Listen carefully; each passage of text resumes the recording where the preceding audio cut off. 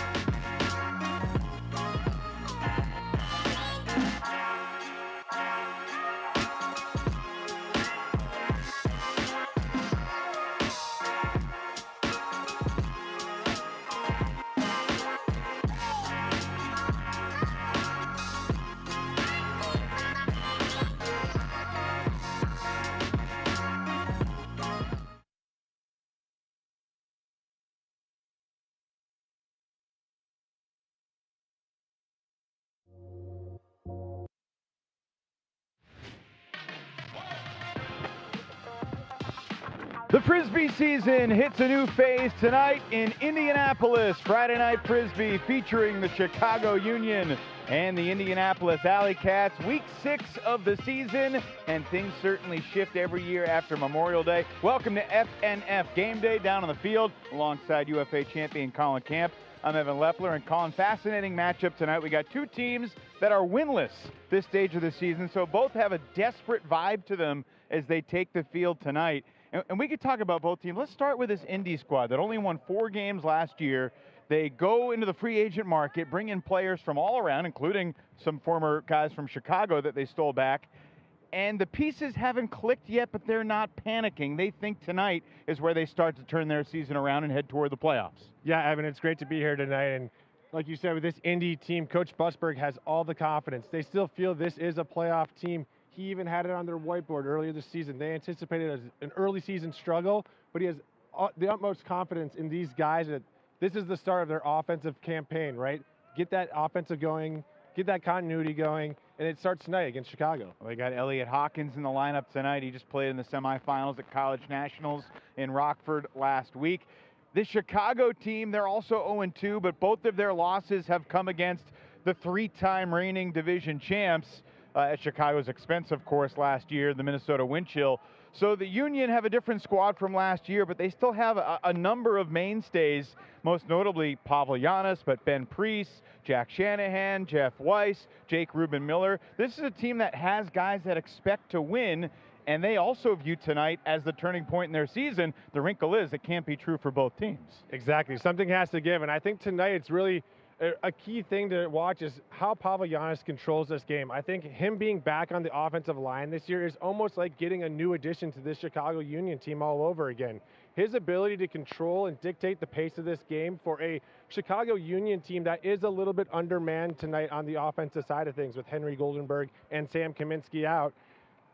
Pavel plays a big role in that, and with Ben Priest back as well, expect him to really come into the offensive gameplay early on in the game and really allow Pavel to use his abilities to control and dictate the tempo of this game. Well, there's a lot of history on the field tonight, Colin. We got the league's all-time leading goal scorer in Cam Brock against the league's all-time leader in assists in Pavel Giannis. And, both guys had a different 2025 season. Cam Brock went to Atlanta, finally leaving Indy after he was an original AlleyCat dating all the way back to 2012. And Pavel, after a couple years in Los Angeles, where he led him to a West title game, comes back to Chicago to play D-line. And yet, in the big moments, he was off and on the field with the disc in his hands, but he is the engine to the Chicago team, and now he's in the driver's seat to try to lead Chicago back to success. Yeah, and I just love the way Pavel plays the game, right? He makes Frisbee look easy. He's never rushed. He's always in control. He finds the smart play with the disc. And on the flip side, it's great to see Cameron Brock back in an AlleyCats jersey. I think everybody around the league felt like it was a bit awkward at times seeing him in that Atlanta Hustle jersey. The play on the field was a bit awkward too. I'm not sure they really utilized Cameron how they should. I'm glad to see him back on this AlleyCats team. He was a little under the weather the first couple games. He's back at full health tonight. I expect a big game out of Cam Brock. We are getting ready for a 13-game weekend across the UFA. 21 of the 22 teams in the league will take the field this weekend. So apologies to the Vegas Bighorns, but I think it's fair to say that the 12 playoff teams and the 4 championship weekend teams will be on the field this weekend. Maybe Vegas will be relaxing and studying, but I mean, it's a big Friday night. DC and Toronto battling for third place in the East up in Ontario.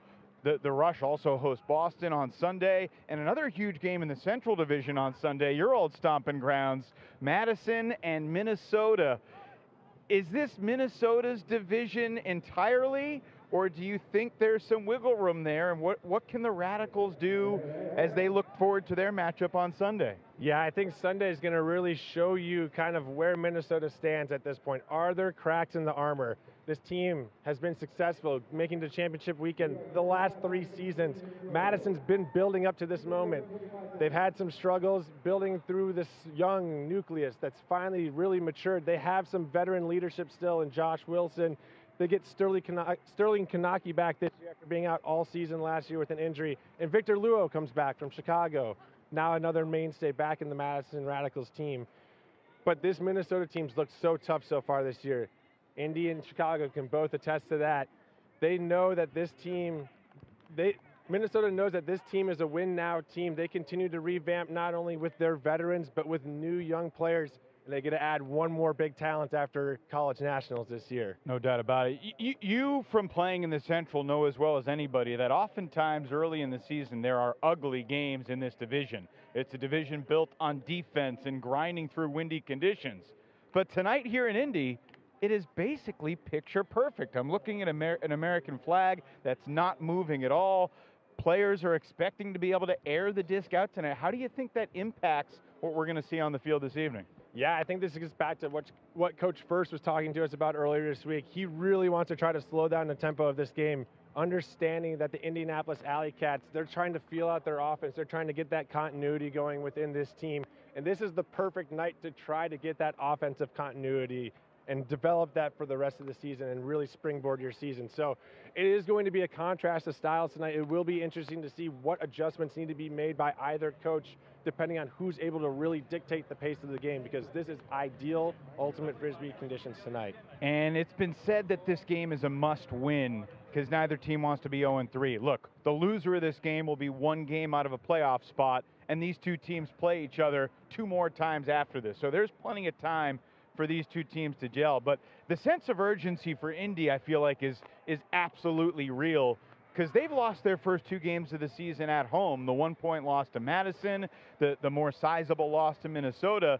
They got 6 of their last 9 on the road. The AlleyCats have an interdivisional game at Toronto as well, which looks like a much tougher game than we might have expected, with the Rush winning 3 of their first 4. So, sense of urgency tonight. As a player, how does your mindset shift at all, knowing what's at stake? Yeah, I mean, I think you always have that sense of urgency when you're playing at home. I think you feel if you want to make it to the playoffs and have that opportunity of making it into championship weekend, you have to hold at home and you have to break a few times on the road. And so they have really put themselves behind the 8 ball. And so I think tonight we're gonna see that sense of urgency early on. We're gonna see that D-line come out more aggressive. They've been very conservative in their first few games, allowing both Madison at times as well as Minnesota throughout the game to really just kind of walk up and down the field. And so I anticipate this AlleyCats team will be much more aggressive defensively, and that's going to start from point 1. And Indy plays 2 of their last 3 against Pittsburgh. So this next stretch is Chicago, it's Minnesota, it's Madison. Things did not go well for the Cats against this trio last year. Most of the games were ugly, which is what led to Coach Busberg bringing in all this talent, and tonight is their night to prove it and show everybody that it's worth it. Exactly, and I know Coach Busberg in particular is really hoping for that excellence to come out on the defensive line tonight.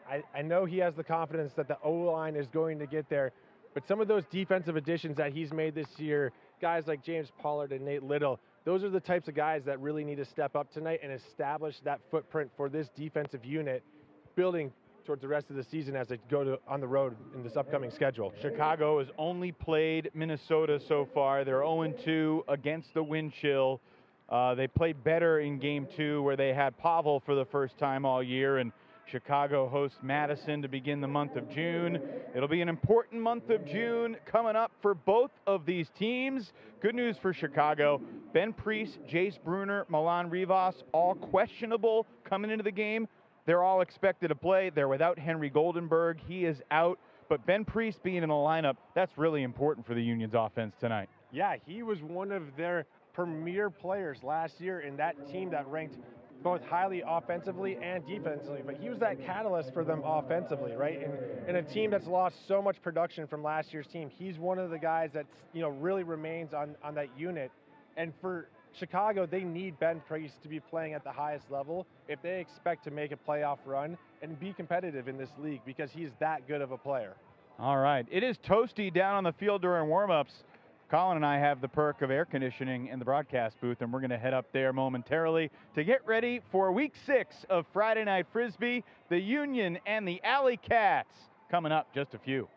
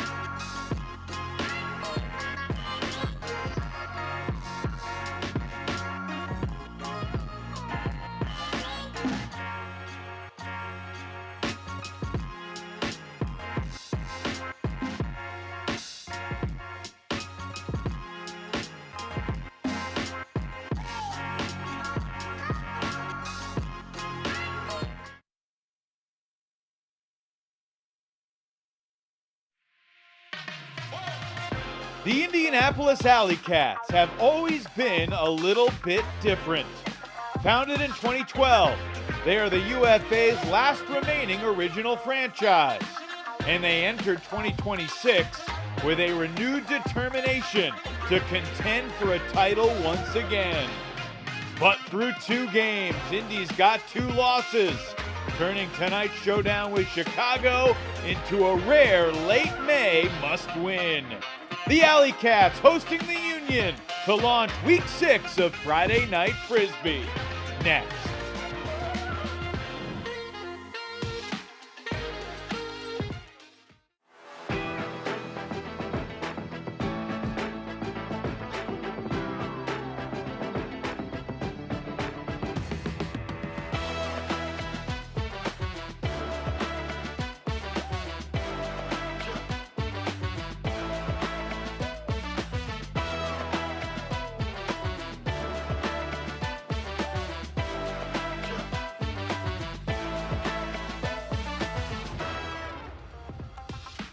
Beautiful night for Frisbee here in the Circle City of Indianapolis. The Chicago Union and the Indianapolis AlleyCats. One of these teams is going to get their first win of 2026 here tonight. Scenic views at Eagle Creek Park earlier today, and now at Kuntz Stadium, just off the outskirts of downtown Indy. Chicago and Indy for the first of 3 times this season. Welcome to Friday Night Frisbee, everybody, with Colin Camp. I am Evan Lepler. It is great to have you with us, and this is a big game for both teams and a huge weekend across the league. But let's focus right here in Indy. What's most important tonight for both these 2 squads, Colin? Yeah, for both of these squads, starting off 0-2 this season, it's an opportunity to really set your standards and get your team moving towards the playoff position. That first win can springboard you into a long winning streak. And for Indianapolis, starting off 0-2 at home, this is even more important. There's a lot of history between these 2 teams and the franchises and the rivalry and also the individuals. And obviously Cam Brock, the all-time leading goal scorer, back with Indy. But Pavel Giannis back in Chicago after a short 2-year stint in Los Angeles. He's the league's all-time leader in assists. And they got him playing offense this year, Colin. Yeah, not only is it right that Pavel's back on the Chicago Union team, it feels right that he's back on the Chicago Union offensive line. Pavel's unlike any other player in this league with his ability to control the game, control the speed of the game. He rarely makes mistakes, and he has all the throws in his arsenal. He was a little miscast, I thought, on the Union D-line last year, but he obviously made a lot of big throws in the Union's 12-0 season. Hey, one of his D-line teammates on Chicago last year is now the hub of the AlleyCats offense. William Wettingell is one of the most dynamic young athletes in the sport, and I don't throw that around lightly. This kid really has a chance to be special. Yeah, William, he's really taken the league by storm in his first couple seasons, and this year he's taken it to the next level. A lot of people were surprised to see him on the offensive line, but he has shined so far this year with 5 goals and 9 assists, really being a catalyst for this Indianapolis offense despite some of their other offensive struggles. They're going to continue to rely on his athletic ability, some of his newfound throws, and his ability to go deep to really spring this offense moving forward. And he's just 21 years old, getting ready to turn 22 in September. Charlie First and the Chicago Union at 0-2. Let's talk keys to the game. Brought to you by Victory. What is most important for the Union here tonight? Evan, tonight the Union team needs to make sure that they control the pace of this game. We were talking to Coach First earlier this week. His concern was that this Indy team is really going to try to speed things up. The conditions will allow for that tonight. And also going back to finding that 2025 form, being one of the top defenses in the league, being a really efficient offense as well. How can they start to find that 2025 form again and get their keys to success into a victory? And for the AlleyCats, they do not want to start 0-3 at home with 6 of their last 9 on the road. It's been well documented. They had many additions this year, and those additions need to start to find the continuity. Coach Busberg is really relying on some of those defensive starters to help stop an 0-for-3 start to the season. Losing your first 3 games at home really, is a tough outlet for you to make it to the playoffs from there. Well, if Chicago wins tonight, they'd be the 7th UFA franchise to earn 100 wins in the league. Indy is still working there as well. They are at 96 wins all time. One of these teams gets their first win of the season, opening pull moments away on Friday Night Frisbee.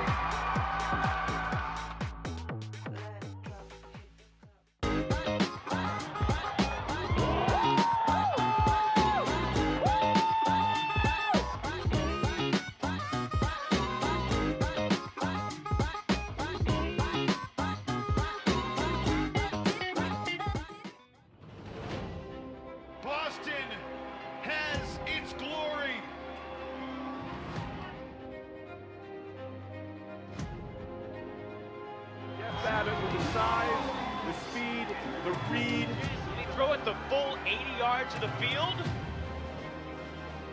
You cannot kill this Minnesota team. Are you believing what you're seeing? My hands are on my head up here in the booth. Was there any doubt? Was there any doubt? Holy smoke!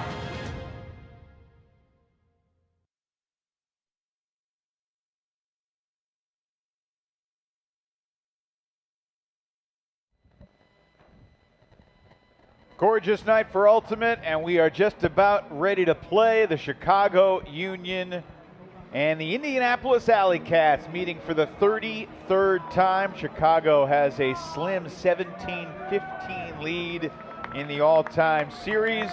Indy has 3 opportunities against Chicago this year and would love to flip it around. And off we go with Chicago on defense, and we'll see this Indy offense. Longtime Pittsburgh handler Jonathan Mast was intended to be the centering pass, but an excellent pull helps get Elliot Hawkins the first cut.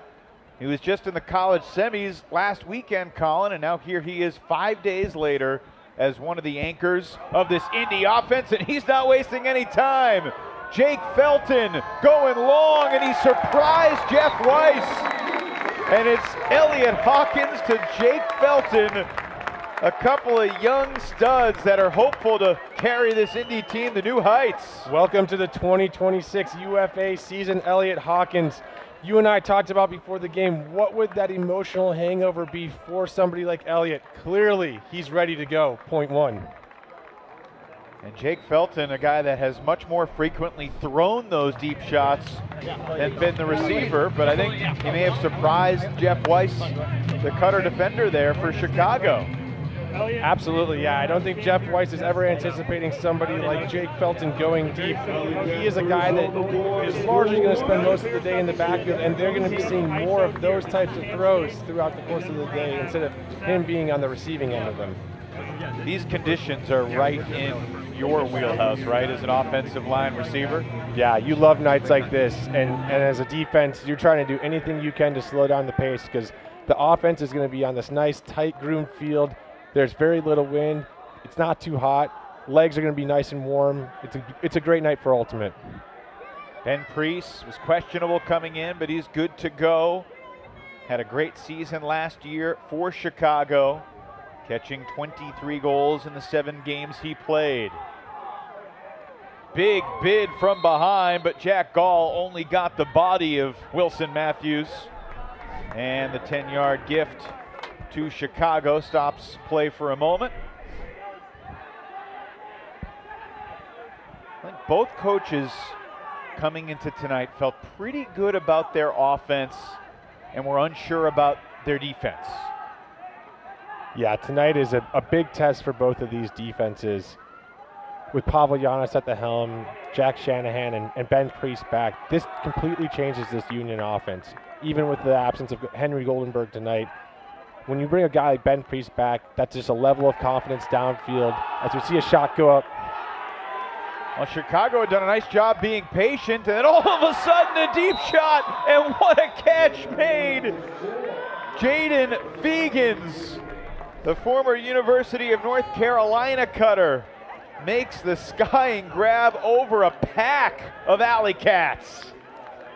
Yeah, and Fegans, the first-year Union player, he's a guy that Coach First is really high on. He knows that, you know, Fegans comes from this pedigree of North Carolina Ultimate. He's seen a lot of high-level Ultimate, had a lot of high-level experience, and he thinks he's really the type of player that can help fill in for some of that void of talent that they lost from the 2025 season. Coach First is very happy to see that early on in this game from Fegans. And John Marsh with his first assist of the year. Young man out of University of Missouri that the Union are also quite excited about. How do you feel about that decision when it went up? You know, they were working it so patiently. I thought it was ill-advised, but clearly they knew that they could trust Jaden to come down with that disc, and boy, did he ever. Here's Seth Gudeman for the AlleyCats, switching fields. Jake Ruben Miller recovers defensively. Disc in the hands of Carter Hawkins, Elliott's brother. This is Elliott. Carter, 23 years old. Elliott, just 20. Louisville natives, both played with the AlleyCats a couple years ago. And that's well done. Second goal for Felton in the game's first 2:33. And I suppose our scouting report might have been wrong on Jake Felton tonight. Maybe that's the big change that this Indy offense implemented.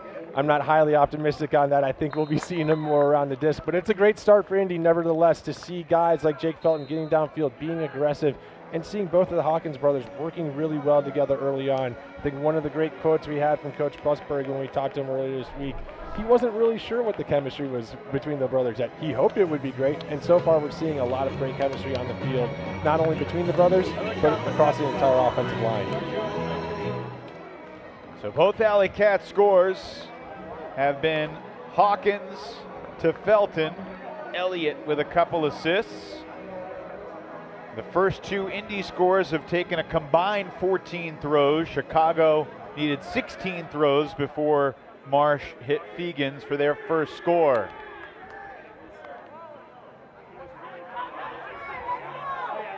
Chicago has been a mainstay in the UFA playoffs. It's been a while since we've seen Indy in the tournament, but after all the off-season additions, the AlleyCats expect to rise in the standings tonight, trying to get a victory and send a message to everybody else in this division. But their defense doesn't put up a ton of resistance here, and Jack Shanahan is in the end zone for Chicago. They score in just 34 seconds. Yeah, another smooth offensive point by Chicago here. One thing that you might miss on this point, because it goes by fast, the impact of having Ben Priest back on the field. He made a contested catch off of a somewhat errant throw there by Dylan Nice, and that kept the momentum of that possession. It's those types of veteran leaderships, those types of skilled players that really impact your offense, because you get those extra possessions that may otherwise be turnovers. Last year, Charlie First was co-head coaches along with Dave Woods, who helped to lead this program for a long time. Dave stepping aside. He's still a Union fan. He's still watching from afar. But it's Charlie's team with Eric Delgado helping to lead the defense as an assistant. Indy's third offensive possession begins with Jonathan Mast securing the pull, working in the backfield with Carter Hawkins. William Wettengel, just 21 years of age, from Ohio, son of an Ultimate player. Wettengel, super special young talent. Another big shot. Elliott Hawkins wants Cameron Brock, and Brock reads it all the way to the back line. He's inbounds. He beats Gabe Shepke for the AlleyCat score. And talk about making an immediate impact. Elliott Hawkins, 3 assists, coming out the gate on fire. An absolute rip of a flick on the first possession. More patient, inside out backhand on the second to Felton. And the third with a big backhand to the all-time leading scorer in UFA history, Cameron Brock, adding to that total. A 66-yard huck from Hawkins to Brock.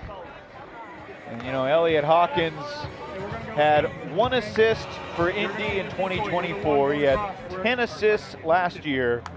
So he had 11 assists in his UFA career coming into tonight. He's got 3. Cam Brock, on the other hand, just caught his 666th career goal, which is 216 more than the next closest in the all-time UFA ledger.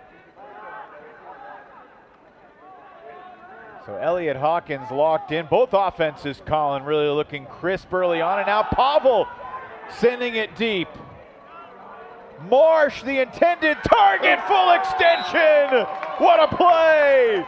John Marsh ties it at 3. Spectacular.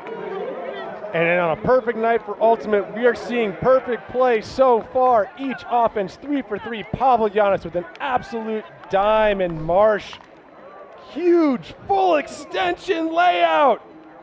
What a grab. Like a young A.J. Nelson for Chicago. No kidding. A.J. Nelson, a throwback to times of big, tall Union players, intimidating offensive players. What a catch.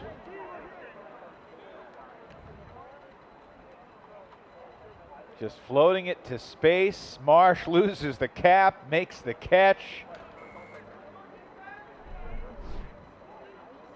He was a practice player on the Union last year, but they think he can be a big piece of the future out of the University of Missouri. So this is not what I expected tonight necessarily. You come to the Central Division, you expect a sloppy game.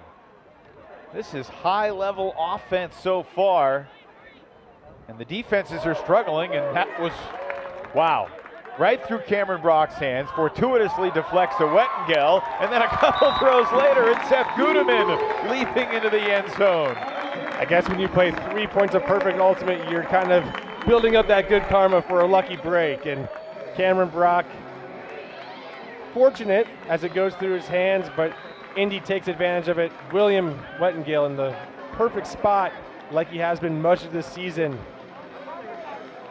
And another score for Indy. Seth Gudeman has been arguably the AlleyCats' best player over the past couple of seasons. Now he's got more talent around him. He's got that C on his jersey, says something about how he's regarded by his teammates. There's Keegan North. Nate Busberg was saying in some preseason workouts, it was like silly how much better Keegan was than everybody else on the team. He's battling back from a knee injury, in good spirits before the game. Says he hopes to be back soon, but he didn't want to risk it by playing tonight. Yeah, and Keegan's one of those players similar to Xavier, or even Pavel as well. They can really control the game with the disc in their hands. So if he's able to come in and be productive for this Indy AlleyCats team and really help control and stabilize this offense. There's the game's first turn off the sideline pull. Chicago throws it away. And a bump will give a free 10 yards to Avi Gitterman and this AlleyCats D-line. Gitterman, a revelation at tryouts this year. AlleyCats had over 150 people at tryouts, Colin. And Nate Busberg had a list of volunteers who were, you know, just if I need to put my eyes on a guy, you know, because 150 guys can be tough to monitor. And he said like 5 different people said, you got to look at Gitterman. And a little jitterbug to the end zone. James Pollard scores, and the AlleyCats have the first break of the night with an unsung hero like Gitterman showing up at tryouts, earning his spot, and making an impact on Friday Night Frisbee.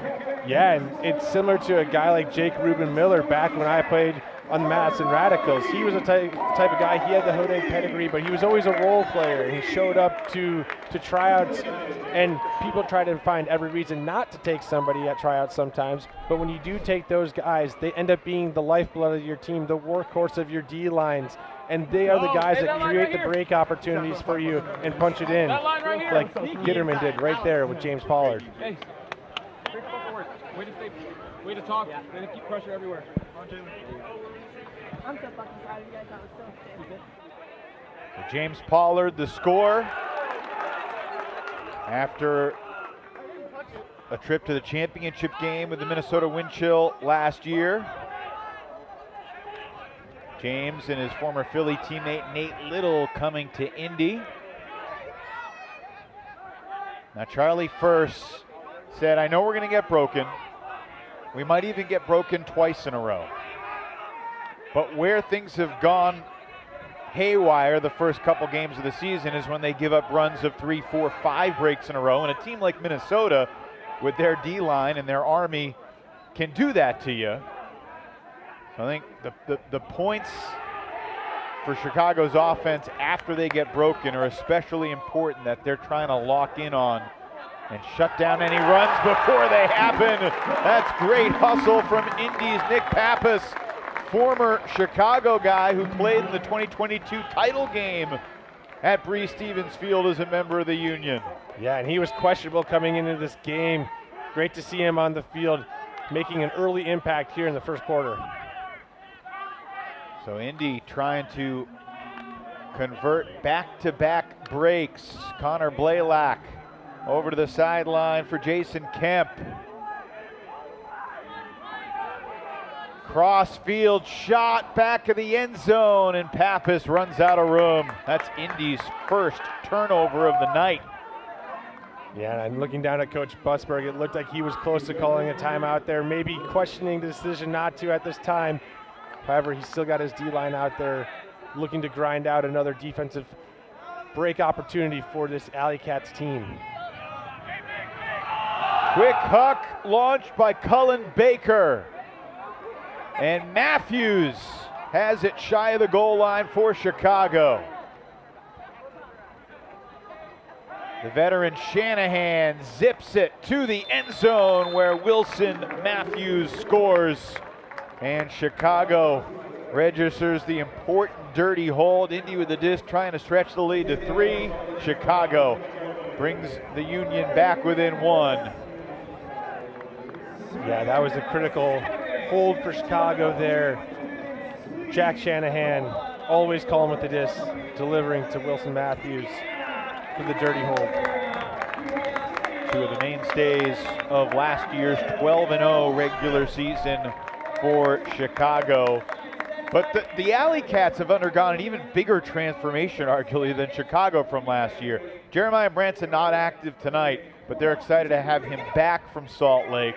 Cam Brock, after the 1-year trip to Atlanta, you said it always was weird seeing him in a Hustle jersey? Yeah, it was very weird seeing Cameron Brock in a Hustle jersey. And not to discredit anything with that coaching staff, but he was just never utilized the way he should have been there. It's great to see him back in this AlleyCats jersey and back with a team that really knows how to, utilize that skill set of his, increase that goal lead that will never be caught in the history of the league. And you got Xavier Payne back. That's important as well. Third member of our broadcast crew is on the sideline tonight, and Kelsey Sparks covers the AlleyCats here locally. Kelsey, curious to get your perceptions on what the transformations have meant to this franchise, and what's the view like from the sidelines tonight so far?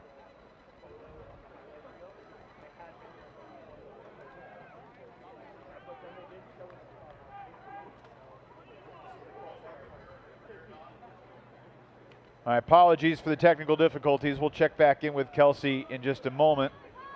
Hopefully we can get that situation corrected. Great pull from Chicago. And now it's Jonathan Mast in Callahan country, deep in his own end zone, and that was a dangerous pass with Jeff Weiss hunting. Elliot Hawkins, that's the athleticism for the Colorado Mama Bird star. Another picture-perfect shot. Cameron Brock chased from behind, but no play for Greg Moreno.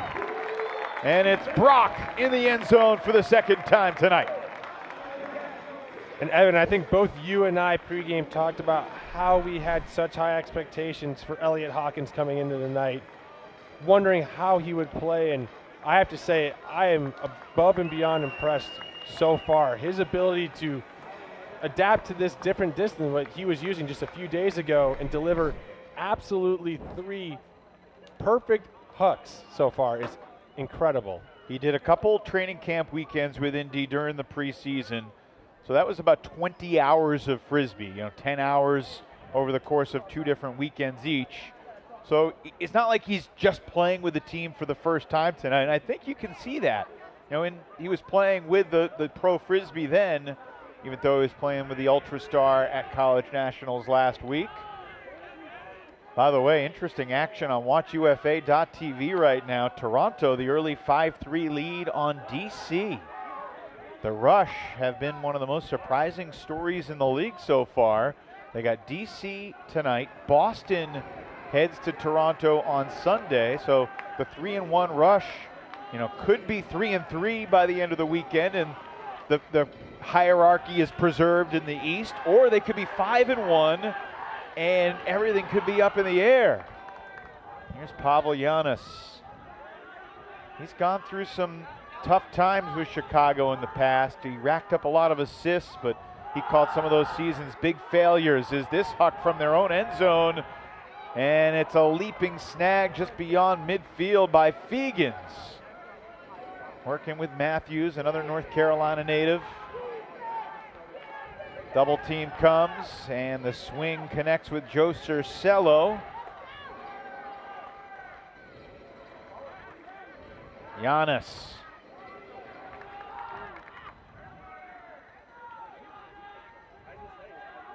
Working in the backfield with Baker.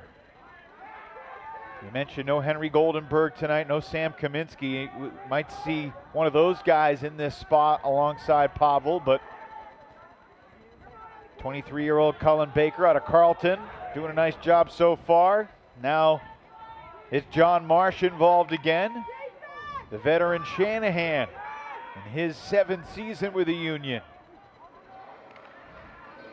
Under 2 minutes to play in the quarter. Giannis looking for his first assist of the night, and he delivers a cool, calm, collected possession there for Chicago. They're back within one. $1:47 remains in the quarter. Yeah, and on this hanging throw here, great job by Fegans to adjust to it. Pavel in the red zone putting on an absolute clinic of how it's done. Cool, calm, and collected, like you said. Pavel Giannis, another assist. All right, let's try this again. Do we have Kelsey Sparks on the sideline? Kelsey, you got me? Hi, Evan. Can you hear me this time? We got you, Kelsey. How's the heat down on the sideline through the first 10 minutes tonight? Hey, the energy down here is palpable. I think both teams know the playoff implications of this game, and it almost feels like the winning team gets to start anew tonight.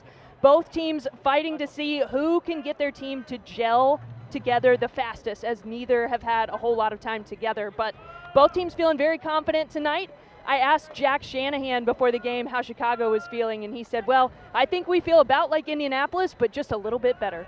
Good stuff, Kelsey. Glad you're with us. And before the game, as Wettengel, sensing the stall count rising, throws up a moon ball. 6 players in the area, and Chicago gets the block. First break chance for the Union as we tick toward a minute to go in the quarter. Greg Moreno in that pack. He's averaged about a block a game in his UFA career. He's consistently getting blocks in Detroit, even if they didn't win.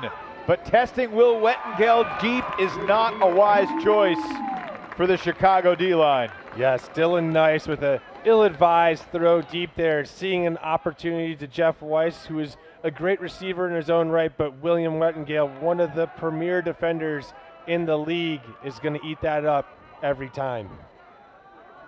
Big cross-field hammer from Brock to Hawkins. You know he's looking deep. And William Wettengel's going. Weiss is chasing. Ruben Miller is chasing, but nobody's big enough to slow down William.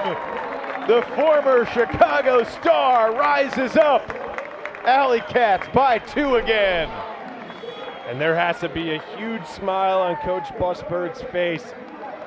That is one thing he talked about this week. He wants William Wettengel to be using more of his God-given abilities, his height, his speed, and his ability to jump, to go down and catch those deep passes. An absolute roofing of Jeff Weiss, who is tall in his own right.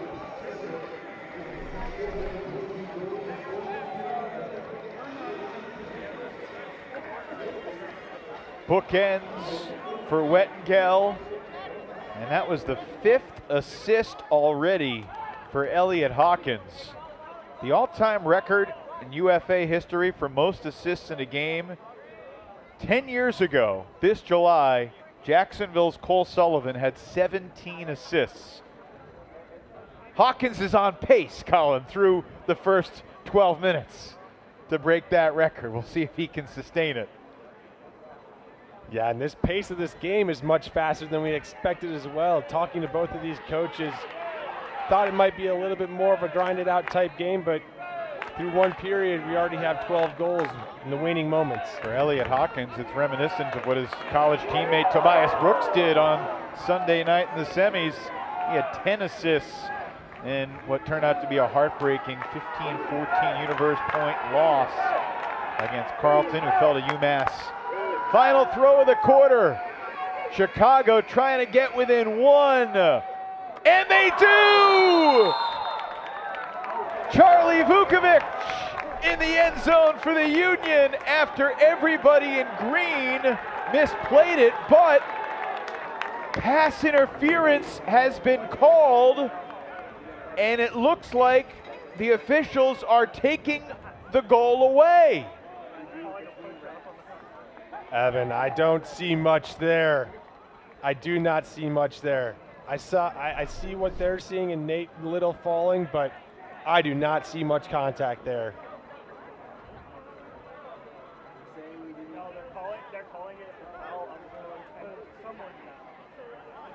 Charlie first running on the field looking for an explanation.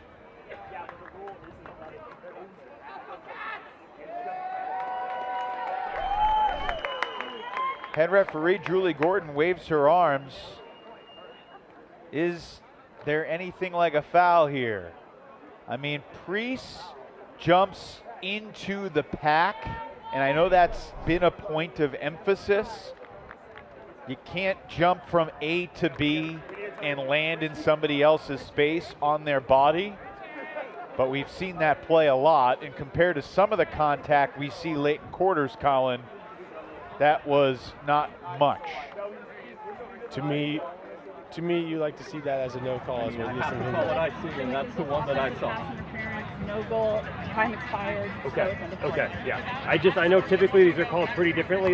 Everyone is kind of jostling. I'm trying to watch it. You're seeing it all. That's the one that stood out to you. Okay. I can't. Okay. I mean, maybe next time it's somebody else. Okay. That's what I saw on that. I appreciate the explanation. Yep. Thank you. So no goal for Chicago. It's currently on the board, but they will have to take it off, and we'll see how that ripples into the rest of this game. Is this a foul or is this not a foul?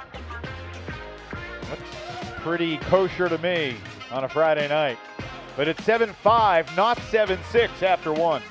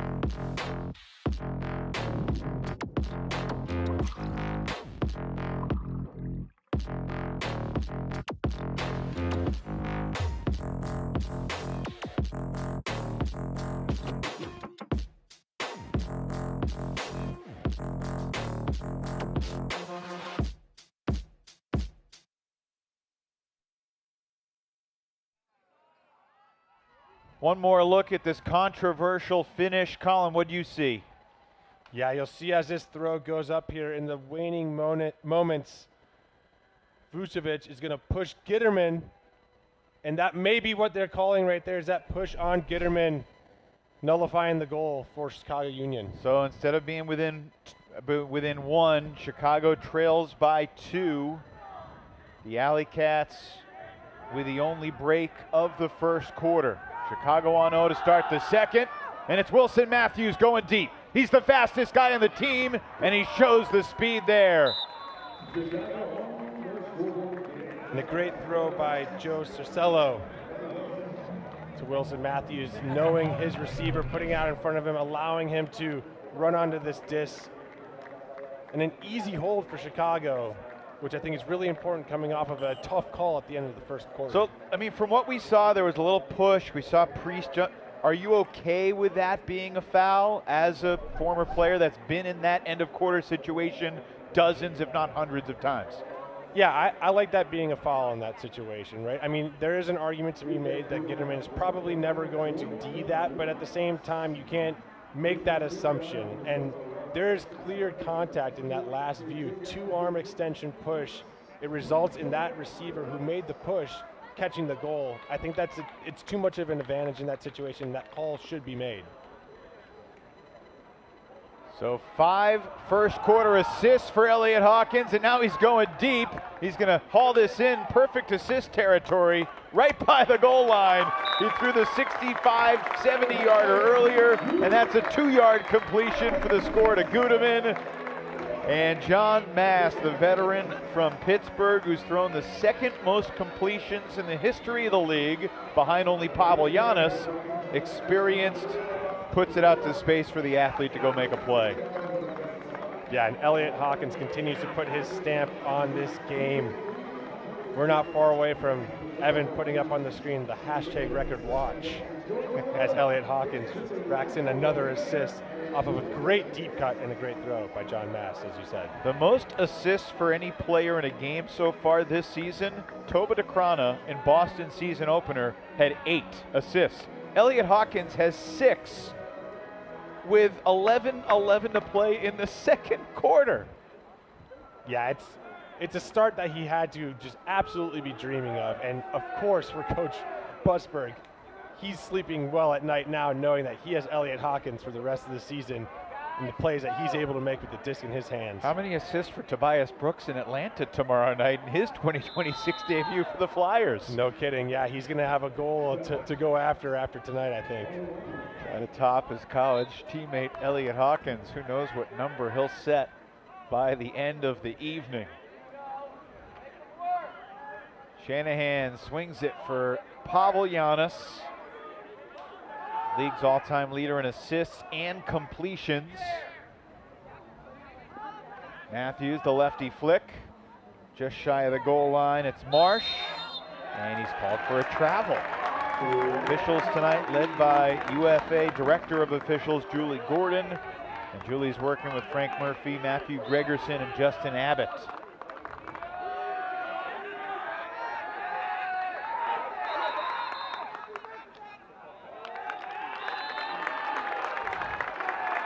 Timeout taken by the Union, sensing things getting a little stagnant here by the goal line. First timeout for Chicago with 10 minutes to play in the half. There's Nate Busberg. Got a fascinating background, Colin. Yeah, this is a play I wanted to point to, and this just shows the excellence of Pavel-Giannis.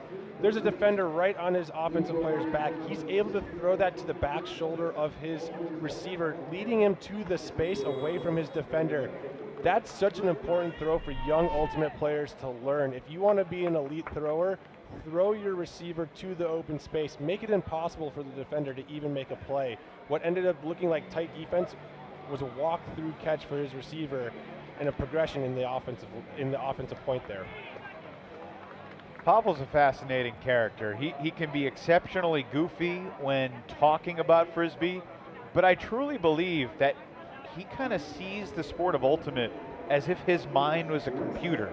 a supercomputer, and he's analyzing and dissecting and contemplating and solving, and it all happens faster for him than it does for the rest of us. Yeah, he's one of the most annoying players to play against because of that, because you draw up every game plan you want for him, but he's going to find a way to manipulate the disc into a space that is advantageous for his team, and it's just so hard to guard him. And then in moments like that, he's going to maybe sell a call a little bit and get himself centered in the middle of the field on the goal line with all the space in the world to make a throw for a goal here. I've heard him say before that he loves when defenders get physical with him because he thinks that empowers him to be physical back. Exactly. He's very okay going back and forth with that physicality, and the first assist of the night, or I should say the first assist of this quarter for Giannis. It's his third assist of the night, and it's Jack Shanahan in the end zone for Chicago. They burn the timeout, but they convert in the red zone, and it's a one-goal game again. Yeah, and traditionally you don't love to burn timeouts on offense, but if they result in you scoring a goal, I think no harm, no foul there. Chicago knowing it's an important point and an important hold to stay within one. Hey, can you speak to, as we get ready to watch Indy play offense, like you add Elliott Hawkins into this team, and this offense has not been super crisp through the first couple weeks of the season. Is it just Elliott Hawkins making that much of a difference, and how is he doing that, you know, when he hadn't played yet this year? To me, it's really, he frees up other guys like William Wettengale and Cam Brock to use their superpowers, which we're seeing right here as William goes deeper. Chase from behind, nothing that Shepke can do. And he wants a foul as well for the contact in the back. The 7th assist of the night for Elliott Hawkins. But just to finish my point there, Evan, that's exactly what he's allowing for these guys like William Wettengale and Cam Brock. Get back into their comfort zone, cutting deep, using their athleticism, scoring goals. They don't have to play that middle part of the field, touch the disc, be high volume touchers of the disc. He frees up so many other guys offensively. You know, the guys in the backfield too love that as well. John Mass is seeing open hands upfield, easy to connect early on in points. Yeah, that's well said, I think, because the past couple of weeks, Wettengale was often the guy having to be the free underneath because teams gave him that, so that was their initiation play. And then, you know, he's still young and figuring out his throws. I think even Elliott Hawkins a little bit younger, a little bit more of a dynamic thrower at this stage of his career, and having a heck of a night. Unbelievable start. Hanging in the air, crossfield, intercepted. Stolen by Kai Creed. This teenager from Vancouver is a guy that Ultimate will know in the years to come.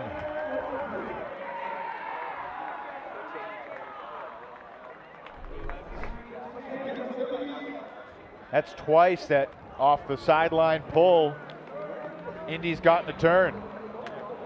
Yeah, Coach Busberg has clearly seen something with this Chicago offense that is a bit of a weakness for them, and using Creed to put him in an advantageous spot to make an athletic play is huge. And talking to Cam Brock pre-game, he's so high on Kai Creed right now. Talks about how this guy is addicted to Ultimate, wants to be the best, is on a mission to be the best, and even says so on social media, which I know a lot of people enjoy following. He discovered Frisbee at the age of 16. He's already represented Team Canada at the U20 and U24 levels. And yeah, chatting with Cam Brock, who's played more games and more points than anybody in the history of the league, says, yeah, this kid just high energy. He loves to learn. He's always asking questions when we go to workouts together. It's like Joao Fonseca beating Novak Djokovic. It's like the end of one era and the start of another, and they meld together for magic, even though they're teammates, whereas Fonseca made history today at Roland Garros. I don't know if you watched any of that, Colin. It was breathtaking. I was not able to catch that, but I did see the final result, and the Brazilian phenom is something to behold. And he's just 19 going against a 39-year-old Djokovic. So Cam's only 37. AlleyCats looking for the break, and Elliott Hawkins has his 8th assist already. This time it's to his brother Carter. We still have a ridiculous amount of ultimate left tonight. Elliot Hawkins might make some history before the day is done. And he plays with the composure of a vet. And those red zone situations, having him, John Mass, work the disc, it was clinical there, and finding his brother for the goal. Clearly that chemistry's there, and Indy's happy to have it. What a great break around. Sjogren had no chance. Vukovic had no chance either. All right, Colin. 5 days ago, I was in Rockford. Keith Rayner was standing next to me, and I said, Toby had 3 assists through 3 points. I said over under 6.5 assists for the game. He took the under. Let's say over under 14 assists tonight for Elliot Hawkins. You going over or under? He's got 8 already. I have to take the under. I trust Coach first. He's going to get to halftime. He's going to make adjustments. He's going to find a way to make somebody else beat him in the second half. I have confidence he will make those adjustments, but can Indy counter back and use some of that strength from William Wettengale and others, John Mass, to counter those extra attention being put on Elliot Hawkins. Taking the under did not work out for Keith Rayner, by the way. We'll see if it works out better for you. I think you said a great line, though. It's been a long time since someone's had 14 assists in a game. There's contact, and Matthews makes the play shy of the goal line, bumping into Robbie Davenport. So the disc centered on the goal line for Chicago. Giannis. Under 7 minutes to play in the half. And Pavel's throw is denied by Kai Creed. Second block of the half for Creed. Here comes Indy. Timeout, Nate Busberg. Second and final timeout of the half. Kai Creed is for real, folks. And we're seeing these young guns play with some swagger. Kai Creed fired up, getting that block point before Elliot Hawkins doing a little dance after throwing a goal. You'd love to see that from this young nucleus of this AlleyCats team, stepping up, being the guys heating up, getting Indy off to a hot start. How quickly after the game do you think Kai's 25,000 Instagram followers will see the footage of these 2 first half blocks? How fast can he run to the locker room? Maybe at halftime. Now, he's a charismatic young kid, and he's so young, just 19. He'll turn 20 this December. Had 2 blocks in the first 2 games of the season for the Cats, and now has 2 more tonight. And this is an important sequence here for Chicago that really hasn't done a lot defensively to slow down this AlleyCat attack. Yeah, this AlleyCat attack tonight has been everything that Coach Busberg was talking to us this week. He felt like this week was the first, week and the first stepping stone into that offensive continuity that they've really been seeking. He felt like they're starting to get the pieces together and they would start to build starting tonight, and we're seeing it so far. Different defensive look, kind of a 2-3-2 defense. Trying to prevent the huck perhaps, but creating some space on this big field for the AlleyCats to work the disc around. And Jonathan Mass is the type of handler that can pick this defense apart. Here's Wettengale. Back to Felton. Felton, wild scuba, and it works out. Brock quickly to Carter Hawkins. What a throw that was from Felton. Are you kidding me? I mean, he has been the league's top assist guy for a pretty bad Detroit team the past couple of years. We know he's talented. He's also very young, Felton, just 23. Elliot Hawkins, are we about to see assist number 9? Not on that throw.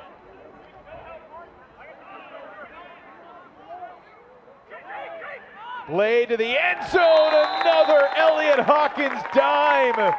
The blade into the hands of Jonathan Mast. 9 first half assists for Elliot Hawkins. The first starts off with a Pavel beautiful throw here. A D by Kai Creed. A ridiculous scooper by Jake Felton. And Elliot Hawkins with a beautiful little foot blade to John Mass, who you mentioned would carve up this type of defense. Who have you ever seen throw a scuba like that in this league?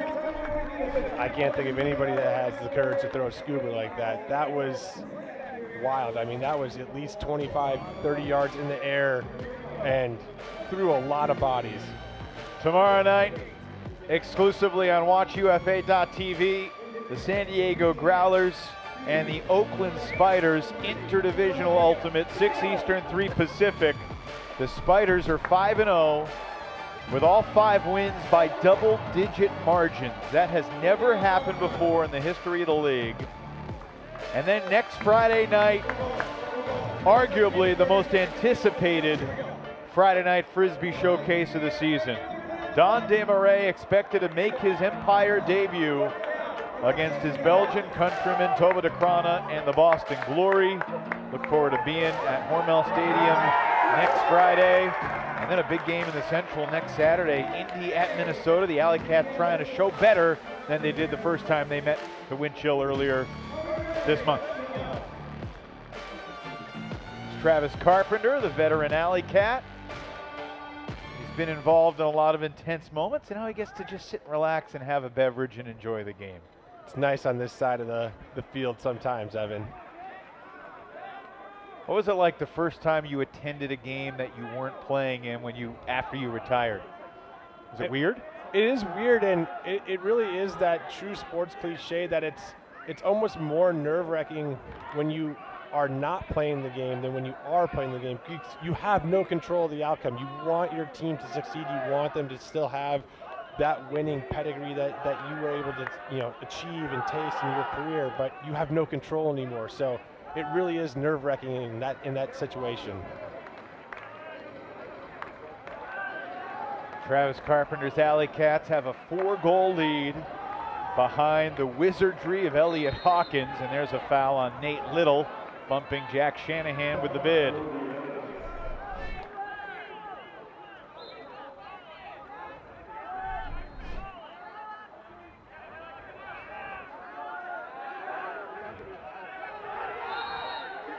Travel called on Baker. Giannis struggling to get free. Stahl's coming in high here. And right on the whistle. It's a smart throw from Baker. Dylan Nice downfield for Marsh. And another whistle. Foul goes against the Cats. Clock continues to tick, only stops in the final minute of the quarter. Under 4 minutes to play in this first half. AlleyCats have slowed this Chicago attack down, and now we got a pick downfield. The spacing's just a little off right now. I mean, in the middle of a point, how hard is it to rediscover your rhythm and flow after all these whistles? Yeah, especially when you're moving backwards. These travel calls, these pick calls really make you adjust where you're setting your stacks, your vert stack. You see right now Chicago even setting up a little bit further away than they typically would. However, that did open a good space for Wilson Matthews to be able to run onto the disc there. Giannis has vacated the backfield. He's in the deep space. So it's Wilson Matthews who will throw the goal. Jack Shanahan in the end zone for Chicago to bring the Union back within 3. Exactly 3 minutes remaining in this first half. Let's check back in with Kelsey down on the sidelines. What are you seeing, Kels? Well, I'm currently on the AlleyCats sideline where the energy has shifted to all business. The AlleyCats say that up a few breaks is exactly where they expected to be as they continue to focus on aggressive defense. And Coach Busberg continues to remind his team that Chicago's not going to give us the disc. We have to take it from them. Yeah, that was one of his messages coming into the season, and especially after the first couple of weeks when they struggled to slow down Madison and Minnesota's offense. Nate Busberg assisted by Jalen Baumgardner, who's the defensive coordinator, and Charlie Hoppus is here tonight. He's a coaching consultant for the AlleyCats. I believe it's his first game coaching in the UFA since the 2023 championship, when he and Anthony Nunez led the Empire to their second title in a row. And this is not good look right there. Priest fouling Wettengel from behind, and Wettengel takes exception to it and does a little crotch dive.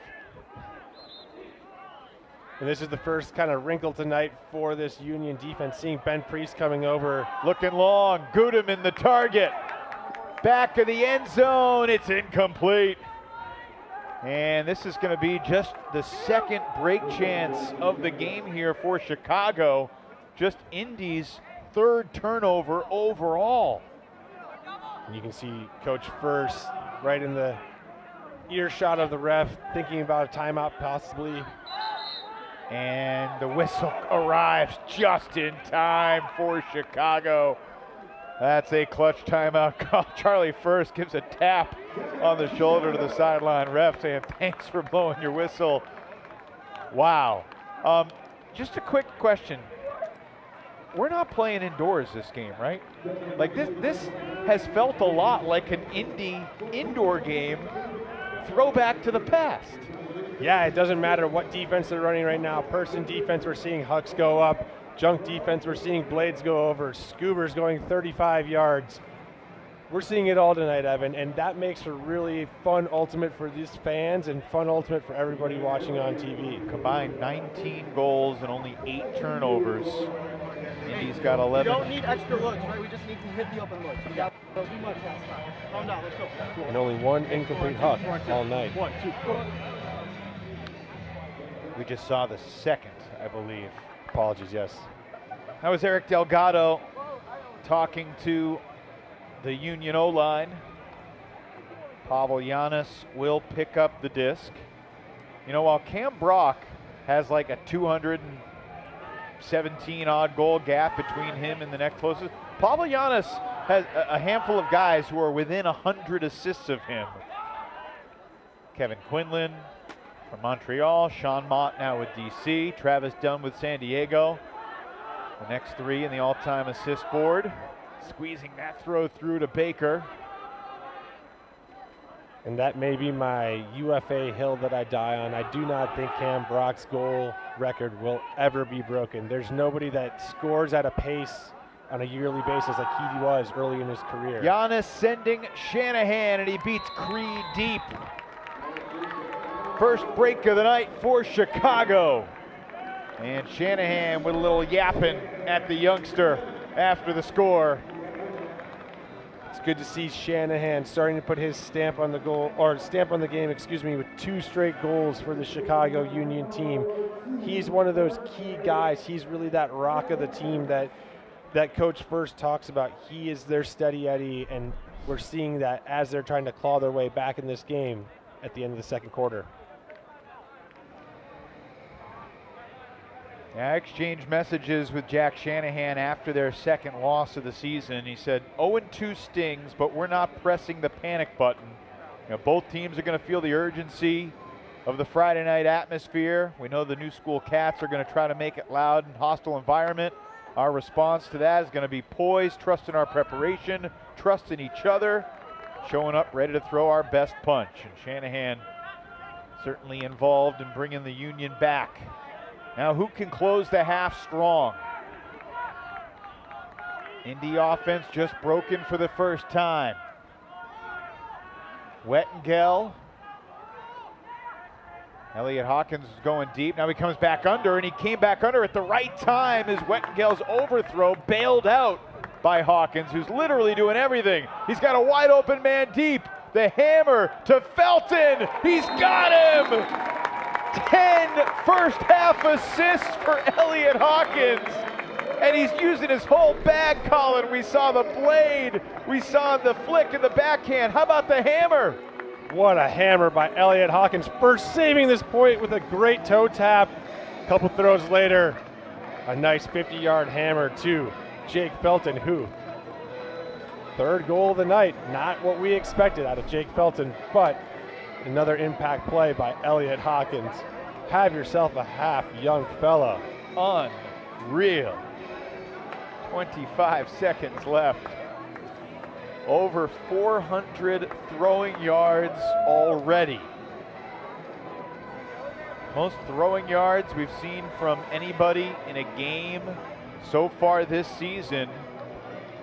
Austin Taylor, 2 weeks ago against Carolina, had 638.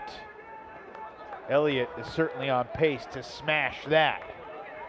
Now this is a good pull late in the half, forcing Chicago to play deep from their own end zone. The Union just want to be careful and make sure they don't give up a goal here. That's far more important than scoring down at the other end. Yeah, these final 30-second situations, you don't want to turn it over here and give up anything. You'd rather go in the half down 3 instead of 4.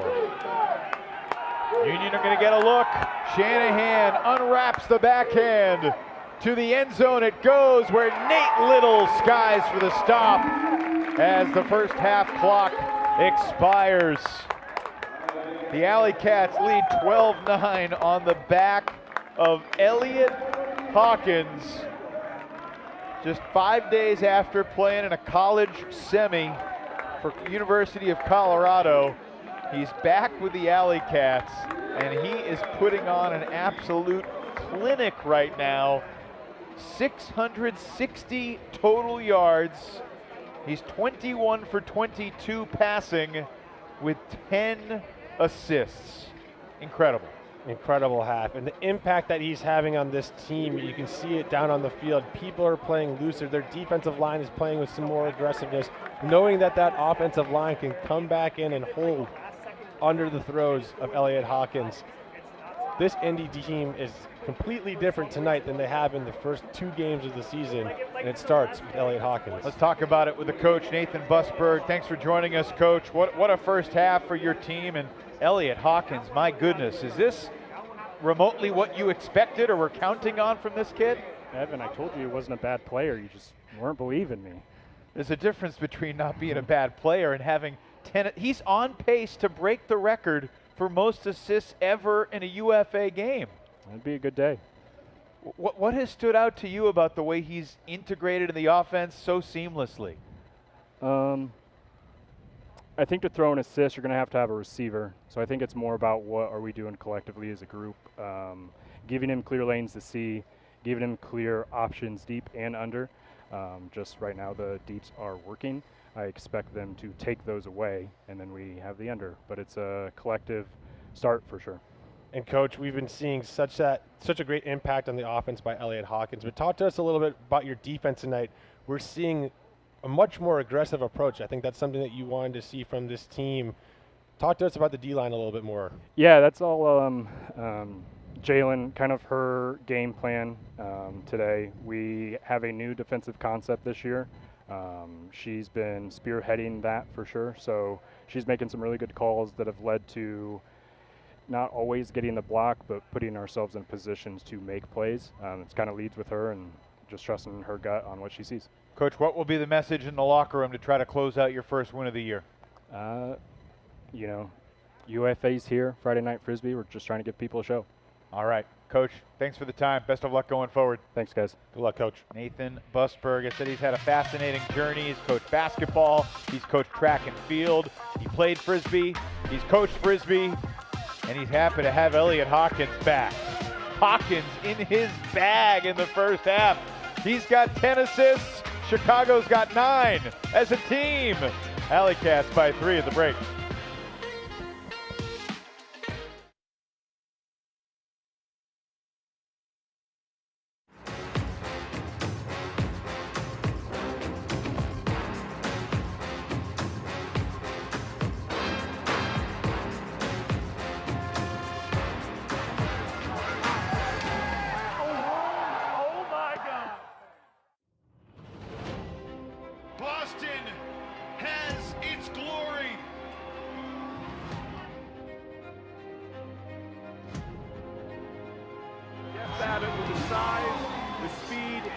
Did he throw it the full 80 yards of the field? You cannot kill this Minnesota team. Are you believing what you're seeing? My hands are on my head up here in the booth. Was there any doubt? Was there any doubt? Holy smoke!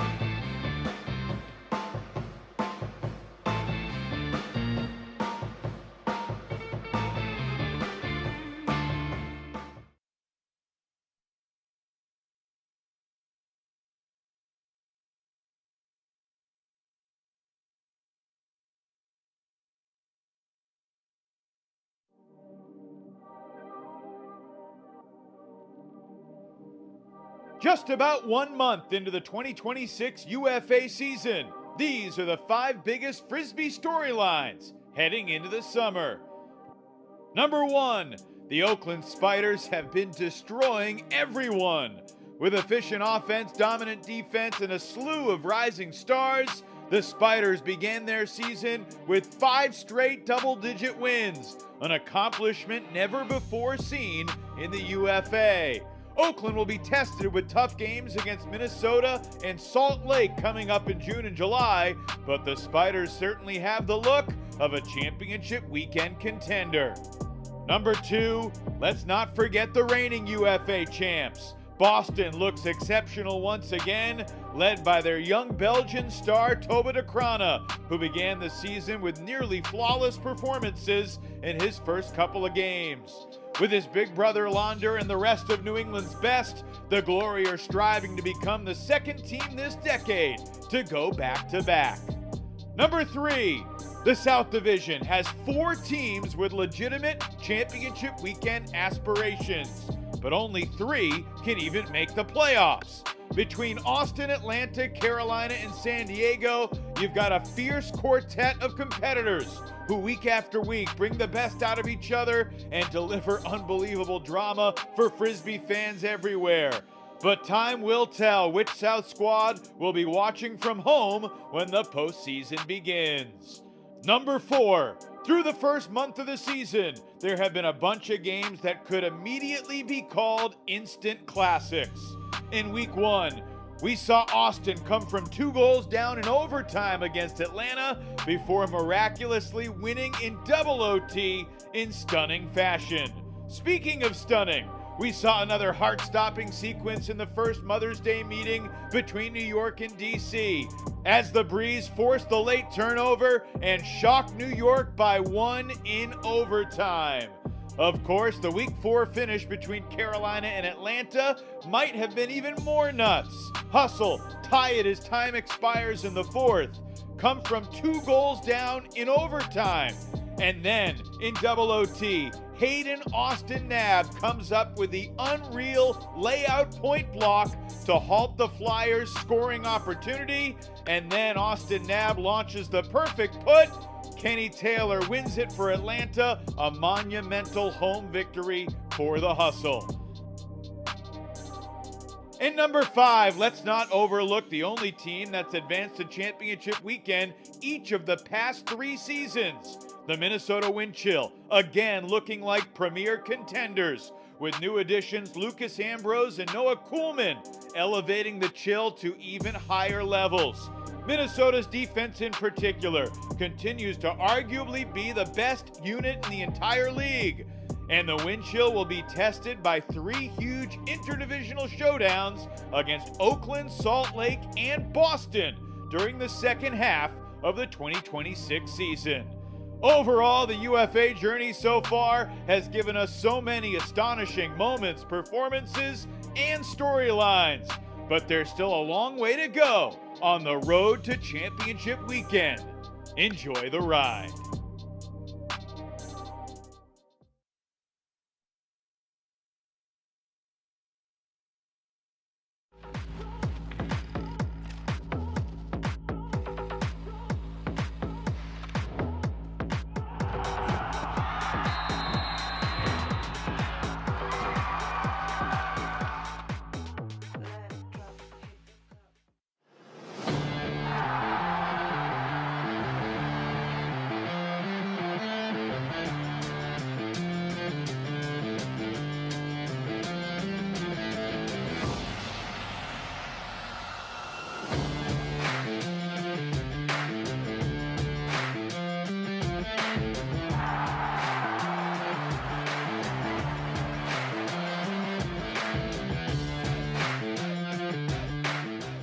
The Ultimate Frisbee Association is proud to partner with Victory. Elevate your game with Victory insoles and recovery footwear at VKTRY.com.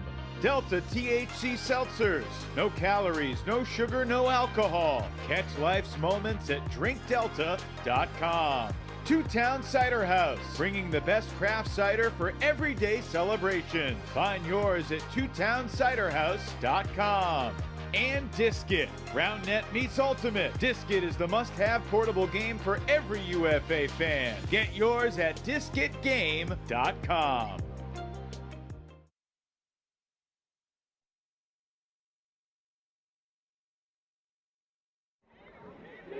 Welcome back to Coons Stadium, everybody. Busy Friday night in the UFA. Biggest game other than here is DC at Toronto.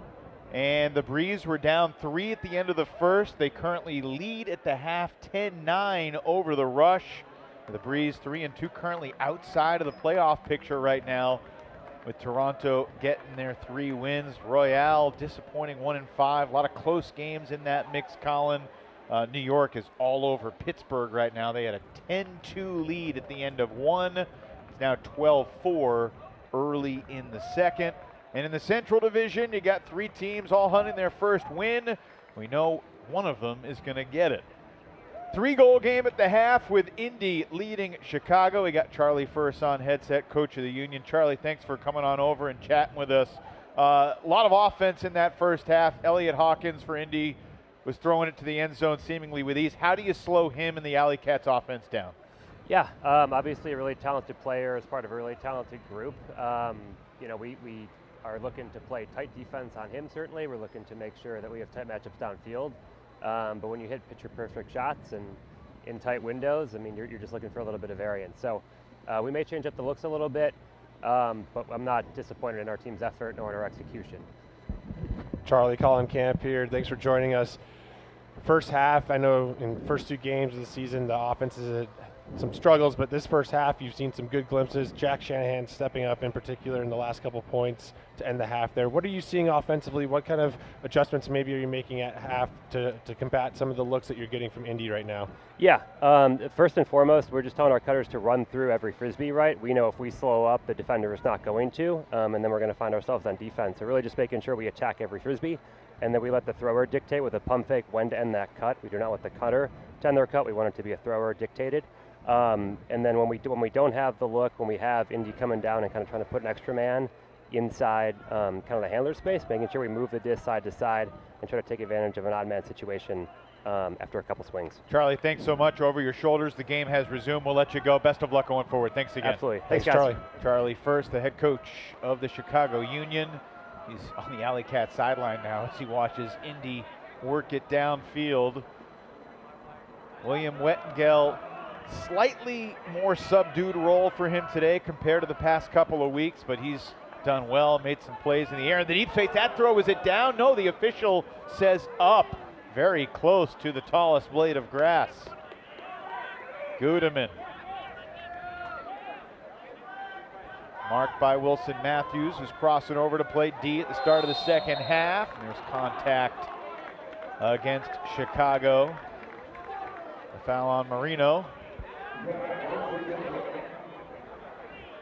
Charlie First did say a few days ago, he said, don't be surprised if Wilson Matthews is leading the team in points played. He's a leader, and he has basically asked to try to impact the game on defense as well. Cameron Brock, side of the end zone, greatest opportunity, and it's good! Felton off the Cam Brock throw, and what a sequence!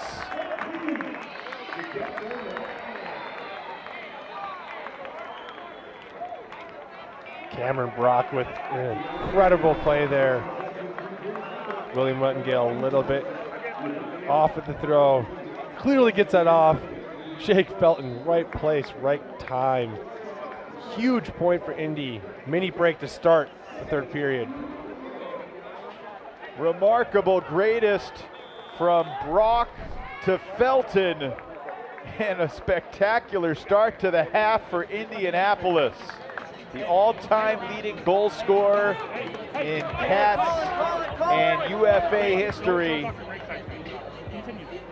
Ultra aware on the sideline. That's a really impressive play.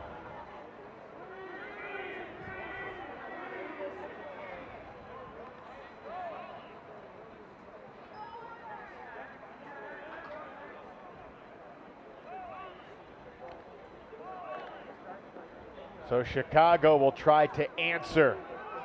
Jack Shanahan floats it deep.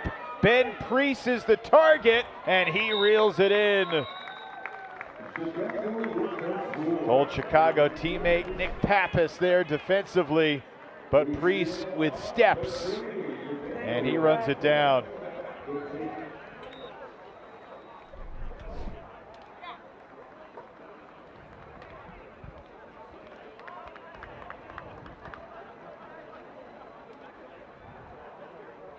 And Evan, an important hold there for Chicago, keeping this a 3-score game. Really, this first couple minutes of the third period is going to be such an important time for the Chicago Union team. As Charlie first said, they're trying to make some adjustments, slow down this Indy team. This would be a great time for them to get that first break of the second half.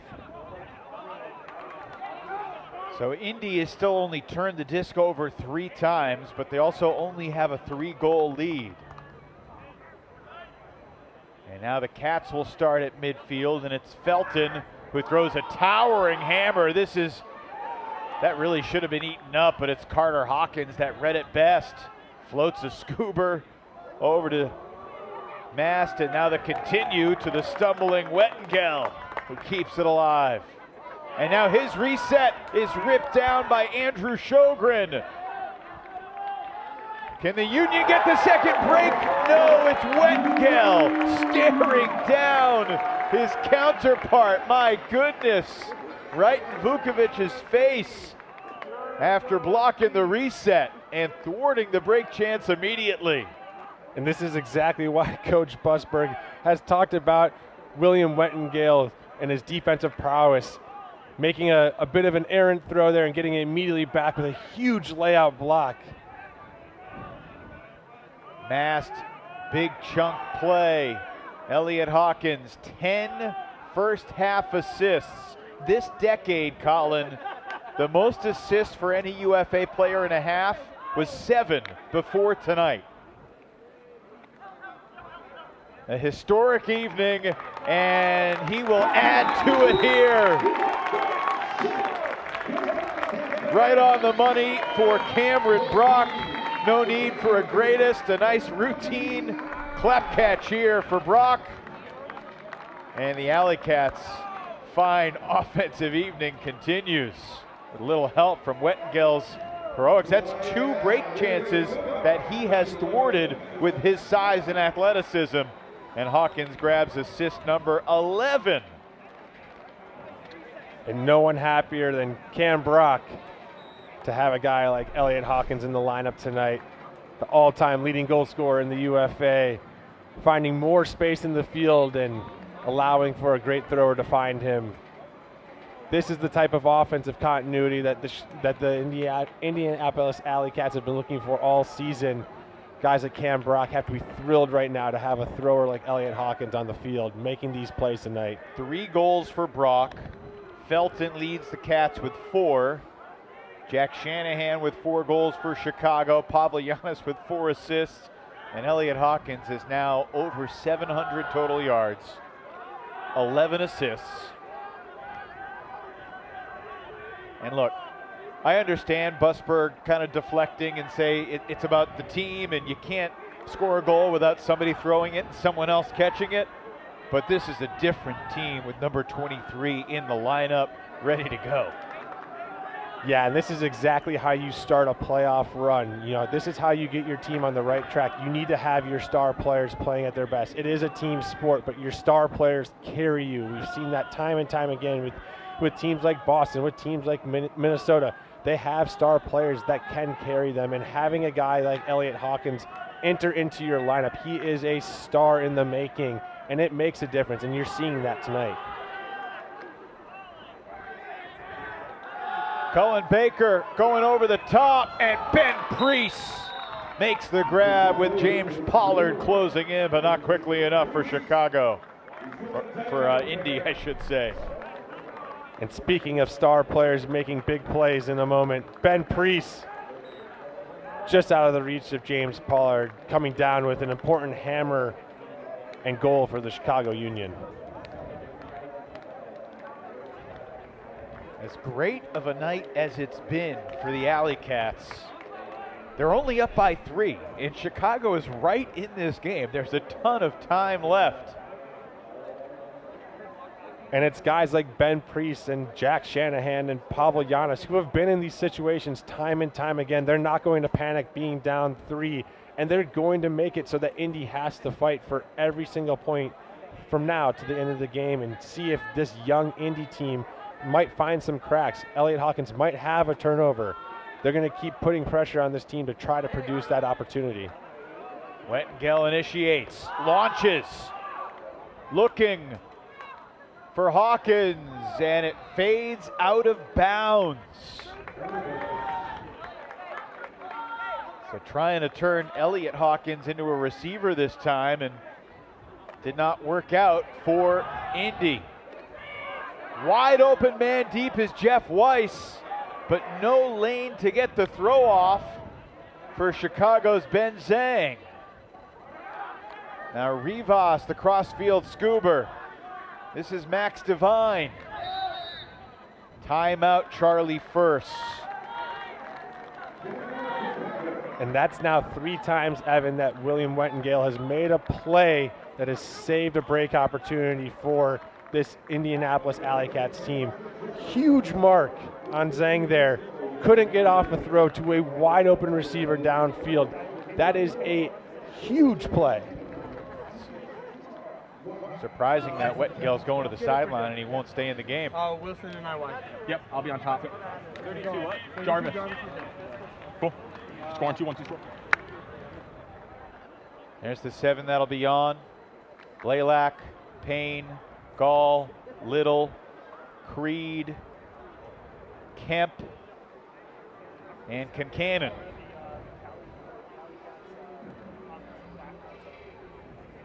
Jack Gall is the guy that Nate Busberg singled out. He said, we know Jack Gall is going to play a lot on defense. Everybody else is kind of earning their spots. No one else has stood out in terms of Coach Busberg's watching of the film for the first 2 weeks, other than Gall, who's undersized, but he is a guy that can wreak havoc out on the field defensively.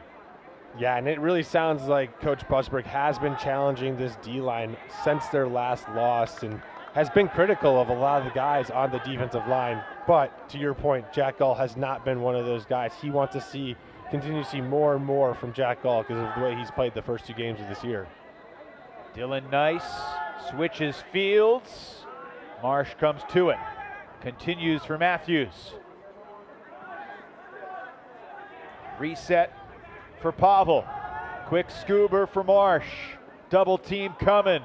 Marsh crossfield hammer, low throw dug out by Matthews. That's why teams double, to try to force those hammers. You never know when one will be off kilter. Chicago, a great play to keep possession alive. Union, can they get back within 2? Yes, it's Giannis to Shanahan. 5th assist of the night for Pavel. 5th goal for Jack. And the Union are not going away. Another great play by Wilson Matthews, keeping this alive, and then the old bread and butter, Pavel Giannis to Jack Shanahan for another somewhat easy hold after that timeout from the Union. Well, the regular season is 13 weeks long, and every team plays 12 games, but some weeks feel different, and next week will be special in so many ways. And I think the pitch is easy. It's like, you want to be a professional ultimate Frisbee player, you want to like put as much into this game as you can, then like you should come to New York. Jeff, what's the ideal number of points for you to play in a game like tonight, knowing that you have another game coming tomorrow? I'll play every single point. It doesn't matter how many.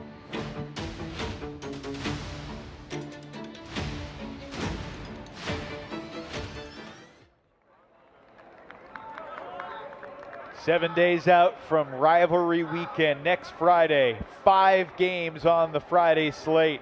New York at Boston, Carolina at DC, Madison at Chicago, Colorado at Salt Lake, and an important South Division game, Austin at San Diego. That is all just on Friday. And then on Saturday, you got New York at Montreal, Boston goes to Philly, Indy is at Minnesota, Colorado, Oakland, Austin goes to Vegas for the first time ever. Week 7, next weekend, rivalry weekend, Colin. Rivalries strike different. I know when Chicago and Madison would get together, there was a little bit of a different feel for you, although you're a Minnesota guy, so the Windshield game is special too. Yeah, of course. The Windshield game was always near and dear to my heart, but those Chicago games, those were bitter rivalries because those had some club connections as well, and the hatred ran deep and ran through our roots, and so those games are always fierce, intense, down to the wire, and it was always great to, especially go into Chicago and get a big W against them. The Union create another turnover, the block downfield from Marino, and Chicago an opportunity to get back within 1. They have not been within 1 since the first minute of the second quarter. And if they can score without a timeout and they can save that last timeout, that would be gargantuan. Weiss back to Finke. Whistle, contact against the AlleyCats, so a free 10 yards. And Weiss is going to use the integrity rule to overturn the call and say, I'm good right here. Integrity rule invoked by Jeff Weiss. If a player thinks that the official has erred with a call, they can overturn the ref's call in the other team's favor. It's one of the cool parts of the sport of ultimate. And even after the integrity rule, a little karma on their side. And Finke is in the end zone. We got a 1-goal game here in the third. That's got to feel good for Finke, the former AlleyCat playing against his old team, scoring a huge goal, bringing Chicago back within 1. Just like Coach First said, they wanted to make some adjustments, ramp up that defensive intensity, ramp up that aggression. We're seeing that over the last couple points here. All right, let's check in with Kelsey, who is just on the Chicago sideline. The Union making their run. Kelsey, what are you seeing and hearing down there? I got to chat with Jake Reuben Miller for a little bit, and he said, even though the AlleyCats are beating us, we just aren't executing on our game plan and doing the things that we need to do. I talked to Coach First as well. He's complimented the AlleyCats on making some big plays, said they don't have any glaring issues on the Union, but they are focused on getting incrementally better through the rest of this game and just hoping that they will incrementally be the best team at the end. All right, great stuff, Kelsey. Keep us posted what you're hearing down there. Nate Little, daring throw up the line. It's on target for Creed. And Creed flips it for the score. That was cool. Jack Gall running alongside him. And the AlleyCats hodgepodge line that comes on after the break converts. And Kai Creed's like, why aren't you putting the disc in my hands every single point? You gotta love that swagger from Kai Creed. Those are the young guns. Those are the attitudes that really help spark a team in these lulls, right? You rely on those young guys to give you the energy. You rely on those old vets to give you the steadiness. Let's see if Indy has righted the ship and can get themselves back on the run here.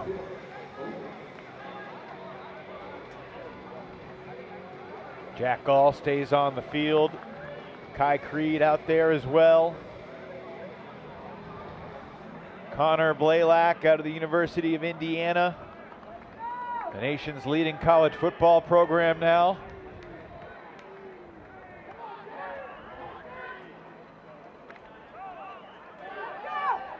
I'm not a big racing guy, Colin, but I heard that last Sunday's Indy 500 had like the closest finish ever, and hopefully we can just have an even closer finish here tonight.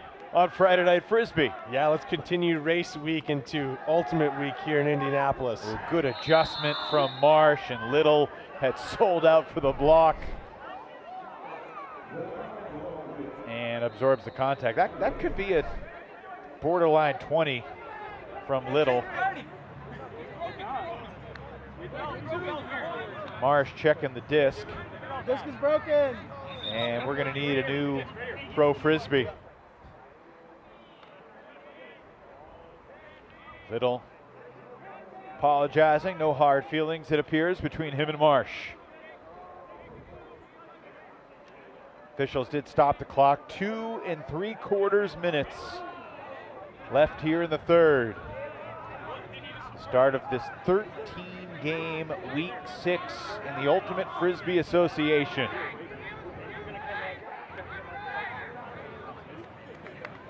Yes, John! Sunday is going to be super fun. You got Seattle and Austin, Boston, Toronto, and then the nightcap at Breese Stevens Field, Minnesota at Madison. Both those teams dreaming of playing there at the end of August at championship weekend. With the Madison Radicals hosting the league's marquee event, the Final Four, for the second year in a row. The Radicals hoping to get to play on their home field at Champ Weekend, something that you got to do a couple of times, including in 2018 when your Radicals went all the way. I rewatched that championship moments piece that you and Kevin Pettit-Scantling did earlier today. I think no one wanted you to catch that buzzer beater, Colin. Everyone wanted KPS to catch it. Deep shot for Chicago. What an adjustment. And it's a score for Wilson Matthews, who's having himself a great night too here in Indy. Wilson Matthews earning his keep on the field. This is why he wants to be on every point. He makes all the hustle plays. He's their fastest guy on the field. You see how much he wants it coming down at this disc. Great adjustment, sacrificing the body. Huge goal. Excellent contest from Jack Gall. He was right there, got his hand on the disc, and still couldn't get the block. And that's exactly why Jack Gall's been so highly touted by his coaching staff as well. That defensive effort, his ability to make the plays at 5'8", 5'9", right? He doesn't let his height be a deterrent. He goes out there, he's a workhorse. That's why they want to keep him on the field. Chicago employing the sideline pull here. And it looks like the Union are going to set up the big man double team. Finke and Weiss are awaiting Elliott Hawkins, who's got William Wettengel going deep, and he launches, and that's a defensive breakdown. That's way too easy. The 12th assist of the night for Elliott Hawkins. Target practice. And Jake Ruben Miller looking at his teammate there, Charlie Vukovic, wondering what happened. William Wettengel, way too tall, way too key to this offense to be left wide open in the end zone for probably the easiest goal he'll have all season. Impervious to the double team. He wasn't seeing marks like that at college nationals. No, but when you have wide receivers that open, it doesn't matter how many guys are guarding you on the mark. You have too much room for error, and that was too easy for Indy. Coaching consultant Charlie Hoppus chatting with the head coach Nathan Busberg. Great to see Charlie, and good to have him contributing some articles each week, sharing his coaching insight, expertise, and ultimate mind on WatchUFA.com. Yeah, one of the truly great minds in this game. If you haven't had an opportunity to check out some of his articles. Fegan's looking long, and he drops a dime. Dylan Nice runs it down. What a shot from Jaden Fegans. Goodness. And Evan, I did not have that in my scouting report on Jaden Fegans. That is a rare throw that you see in this league. Cross field, 70 yards on a dime. Beautiful throw in a key moment. And now we're in that under two situation within 1 point. Chicago going to receive to start the fourth quarter. this is a time, an impact moment in the game for both of these teams. Absolutely. Glad you mentioned that. Indy will pull to start the fourth. So how this game is managed in these next 90 seconds will be critical.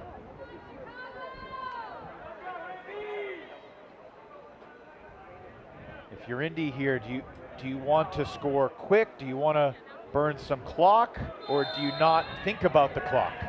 You don't think about the clock. You keep doing what you're doing. Your offense was playing too well tonight to try to adjust your strategy here in the third quarter and get too cute, because that's where you end up with a tie game going into the fourth. If it works out that you get that goal as time expires, that's great, but you just keep pushing to this and keep staying with your offensive attack, staying aggressive, downfield, getting in your throwers' hands. Carter Hawkins with the disc, looking for his brother Elliott. He's got 12 assists already. Chooses the reset for Felton.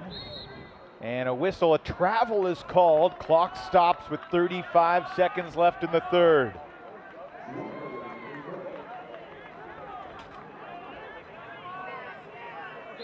From midfield, Felton to Carter Hawkins.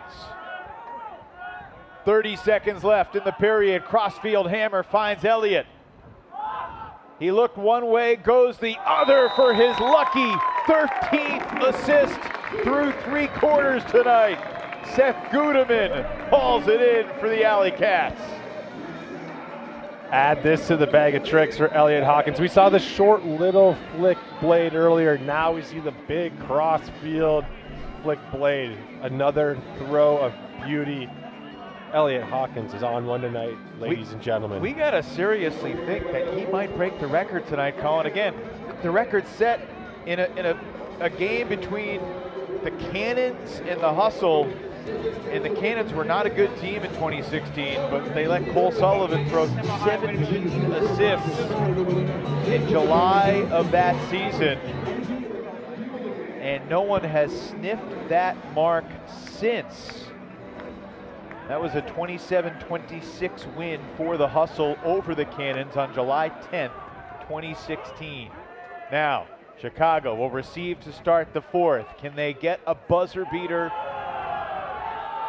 to get back within one and give themselves a chance to tie? Nice, looked at the clock, cross field, floater for Baker. He will launch it as far as he can to the front of the goal line. The pack assembles, and it's blocked down by William Wettengel, who has been the biggest man on the field tonight.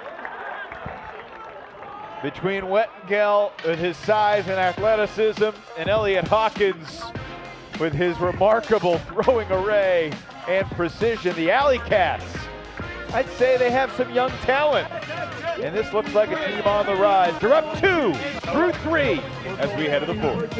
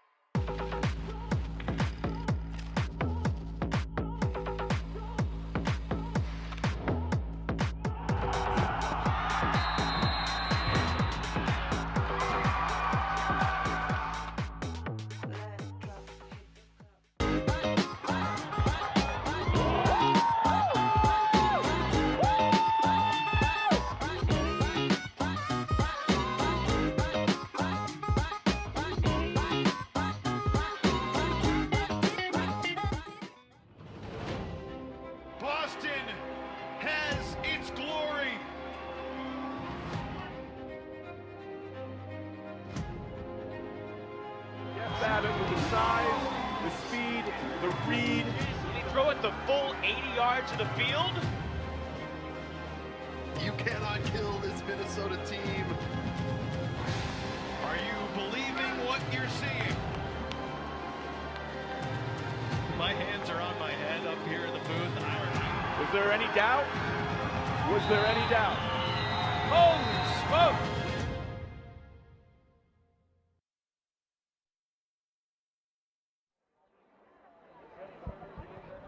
Welcome back to Kuntz Stadium in Indianapolis, also known as Elliott Hawkins' new home.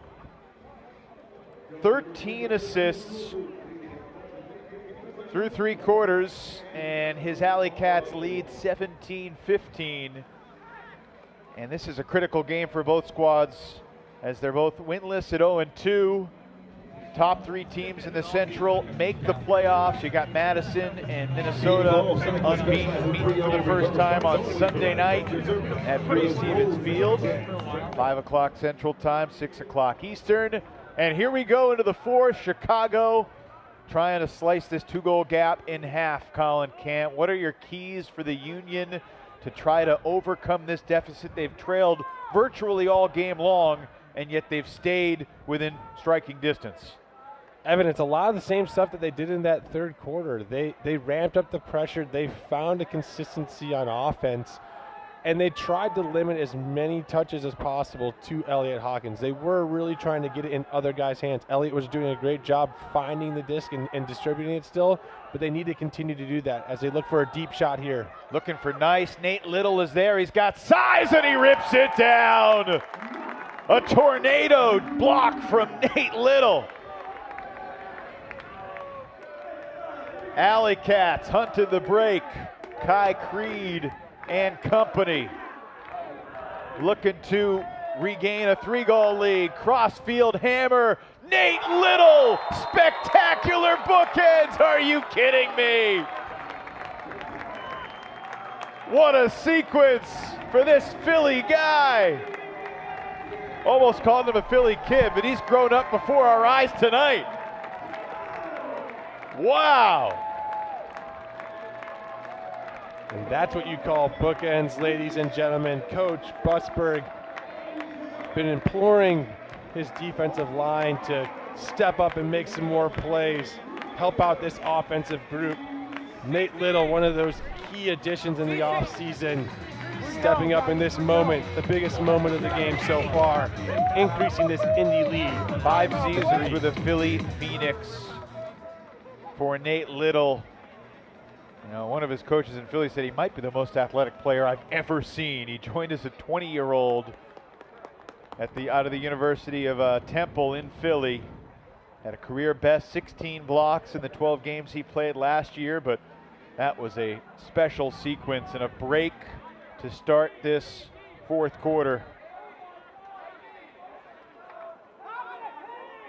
4th break of the night for the AlleyCats. Indy has scored the last goal in each of the first 3 quarters tonight, Colin. Chicago had their buzzer beater at the end of the first, nullified by offensive pass interference called in the scrum. And those end of quarter wins for the AlleyCats, basically the difference in the game right now. That's a tough throw, and he knew it when he released it. Michael Finke wants it back. And it's another break chance for the AlleyCats. They can't really slam the door shut right now, but they can throw Chicago down the stairs and say you're not coming back upstairs if they can get a 4-goal lead. Gall, and timeout called by Busberg from the AlleyCat sideline. Evan, you're spot on. This really is a pivotal moment in this game. Nothing is more difficult than when you start off the 4th quarter, and as an offensive line, you're expected to go out there and hold, and you give up that break. Now some fans both in Fishers and Zionsville. Listen, they got legendary tacos, great detail, and bold flavors. And if we score 22 points, guess what? That is free chips and taste out. John Math is going to be the 6th, and he wants to get it off. He needs to continue. 4 on 2, 1, 2, 4. Hey, don't be surprised about the double team. Yep.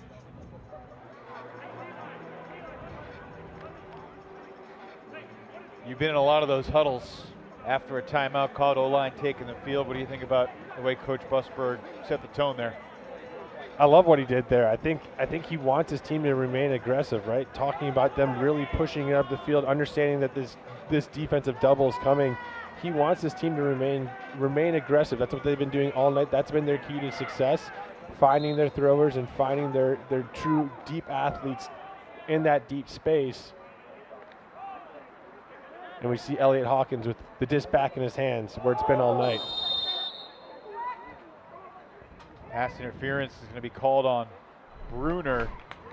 It's an interesting play here, Colin. He kind of gets there, you know, to the space before, but he misses it, and then Gudeman collides into him because that's where his momentum is going. I think that's the right call, a foul, but it's a tough play for Bruner because he was there first. He just didn't get the disc. Yeah, and Seth Gudeman earned that foul by attacking the disc. Yeah, another thing that we really. Is that a bad bid in your mind? I don't think that's a bad bid. I mean, it's two guys vying for the disc. I mean, Seth Gudeman sees where the defender's coming from. He's not coming from a blind spot, so I think Seth Gudeman did exactly what he needed to do and attack that disc and earn that foul. Yes, he came up a little gimpy from that. Hopefully he's okay. I'm sure he will be, but I think that's a fair play. I don't see anything egregious there. Elliot Hawkins had 10 assists in the first half, 3 more in the third quarter. Crossfield hammer to a wide open Felton, and his flick to the back of the end zone for Nate Little. All alone for the AlleyCats break. And Indy has its largest lead of the night, matching the 4-goal lead they had at one point earlier. That's the Jake Felton we were expecting coming into tonight. A nice flick blade over the top to Nate Little, who's making his impact here in the fourth quarter. Let's check in with Kelsey down the sideline. Kelsey, what'd you hear in between quarters? I was just in the Union huddle where they are completely convinced that we will see a comeback tonight.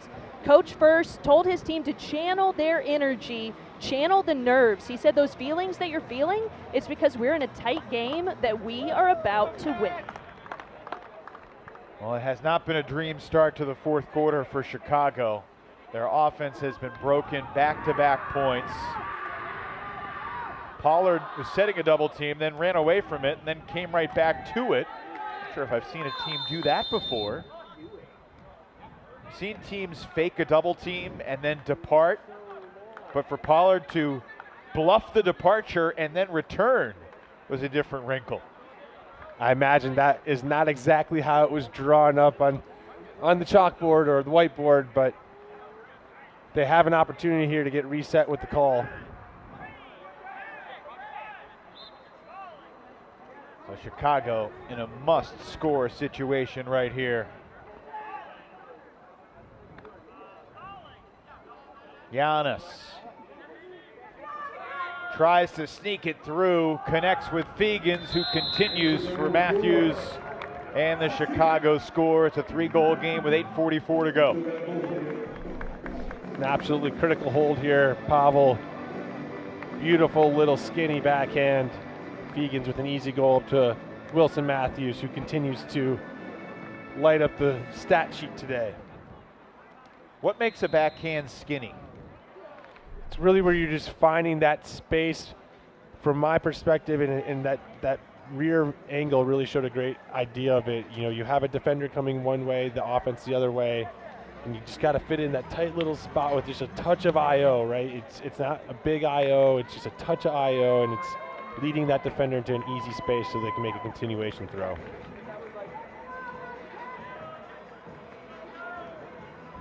Vukovic pulling for Chicago.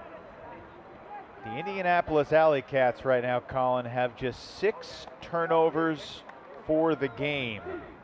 Their fewest turnovers in a game in franchise history in a game that went all 4 quarters was 7. So they are having truly a historic night. And this is an outdoor game, of course. So many of the AlleyCats' best possession games were indoors with no conditions at all at Grand Park. And it's not like they've just been taking the safe passes all night long. They have been launching hucks left, right, and over the top. Cats are 8 of 11 on their huck so far, though they're looking a little bit more conservative here, trying to milk clock with a 3-goal lead and time on their side. Hawkins, is this going to be number 14? You better believe it. The 14th assist of the night for this kid out of the University of Colorado. Welcome back to Naptown, Elliot Hawkins. Ridiculous. This Chicago Union team has no answer for him right now, and he's feeling locked in his zone. He is able to put this disc wherever he wants on the field right now. It's an absolute thing of beauty. It's making me want to come out of retirement, sign up for this team. You could be a receiver for him. I mean, most of his throws have been to open targets downfield. It's his vision combined with the execution, combined with the precision. It's a receiver's dream. You find the open space, you know that the guy can get it to you. It makes your job so easy as a receiver. It makes the defense's job impossible, especially with conditions like you have tonight. Very little wind. It's a true clinic and a true masterpiece by Elliot Hawkins right now. He's at 882 total yards.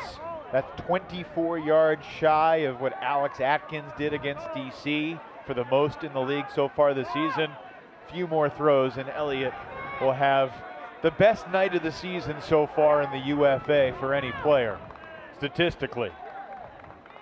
And he's 7 minutes away from history, potentially. Again, the record is 17 assists, set 10 years ago by Cole Sullivan. Wonder where Cole is right now. Here's Jack Shanahan looking long. Cercello in the deep space. It's denied. Jason Kemp able to get a piece of it, knock it down. Kemp's throw hanging for a while, and it lands incomplete. So Chicago gets it back quickly with good field position. Shanahan for Giannis. Giannis always seems to root for University of Colorado guys, but he can't be thrilled with what his Mama Bird buddy is doing against his defense right now. Yeah, he is a proud supporter of his Mama Bird team, but tonight feels a little bit different, I'm guessing right now. Ben Priest is begging for a whistle, and he's not going to get it. Does he deserve it? Yeah, he's got a case. Little clearly hit his arm. Not sure if it was catchable. Nate Little, what a second half this guy's having. All alone. Another Indy break. That's 3 goals for Nate Little here in the fourth quarter. He has been the closer. Nate Little has been the closer tonight, and a guy we haven't heard a lot from tonight, X-Man Xavier Payne with a beautiful throw, crossfield throw to Nate Little there. You're seeing all of these star players, these vet guys step up for Indy in these key moments. And this is exactly what Coach Busberg has been imploring all season long and was hoping for and anticipating with tonight's game. We talked to him. He was so confident in this team still, and you're seeing it on the field tonight. And they're living up to it in the fourth quarter, the key moments of the game. Second assist for Xavier Payne, but we know he's a guy that they can lean on as well. Reminder, tomorrow night, exclusively on WatchUFA.tv, the Oakland Spiders try to get to 6-0. Could they possibly beat a good Growlers team by double digits again? Find out, WatchUFA.tv, get that subscription set for the rest of the weekend, and then rivalry weekend starts next Friday at 7. Don Desmarais versus Toba DeCrana, New York versus Boston, with all the Jeff Babbitt storylines and Alex Atkins and Jack Williams and Ben Yott, and Orion K. I mean, there's so many great players on those two teams. Rowan McDonald and Thomas Edmonds going from DC to Boston. And then next Saturday night, Nate Little, Elliott Hawkins, and the Indy AlleyCats head to Minnesota. It'll be a different Indy team than the one the wind chill faced a few weeks ago. And maybe even a different Indy team than we've seen tonight. Another Belgian potentially making their season debut. That's a great point. Sofiane Bontemps signed by the AlleyCats, and they're hopeful to have him in the lineup in Minnesota next week. He was a member of Chicago last year, made some incredible, unbelievable highlight reel grabs. Chicago down 5. This is their biggest deficit of the night. Sjogren downfield for Jake Ruben Miller, and flipping it into the end zone for Milan Rivas. His first goal of the season, his 6th year with the Union. And it's a 4-goal game with 4:53 to play. And this is always one of those kind of awkward moments for coaches. You kind of see what their strategy is. Do you slow it down? You've been seeing this team, they've put up 21 points so far. What kind of pace do you continue to play out of the Indianapolis AlleyCats? Do you slow it down? Do you continue to press? You got to think maybe in the back of his head a little bit too, since we mentioned the record. He might know it's coming, might give Elliott a little bit leeway to make some decisions over the next 5 minutes to try to chase an all-time record. If you were Elliott's teammate right now, I mean, I don't know if you would know the record during the game, but if you did, would you be encouraging him, say, hey, go for it, or are you only thinking about, time, score, situation, focused on the win? It's still a little close to go for stats. I think you're still 2 minutes away from going for stats. If you're up by 4 with 2.5, it might be a different story. But right now, you're just focused on getting this point. Getting up by 5 with under 5 is really a tough spot to come back from. Veteran Cam Brock playing in his 172nd UFA game tonight. Here we go. Could this be number 15? Wettengel is there! Elliott Hawkins making history to the delight of the fans here in Indy. 15 assists in his season debut.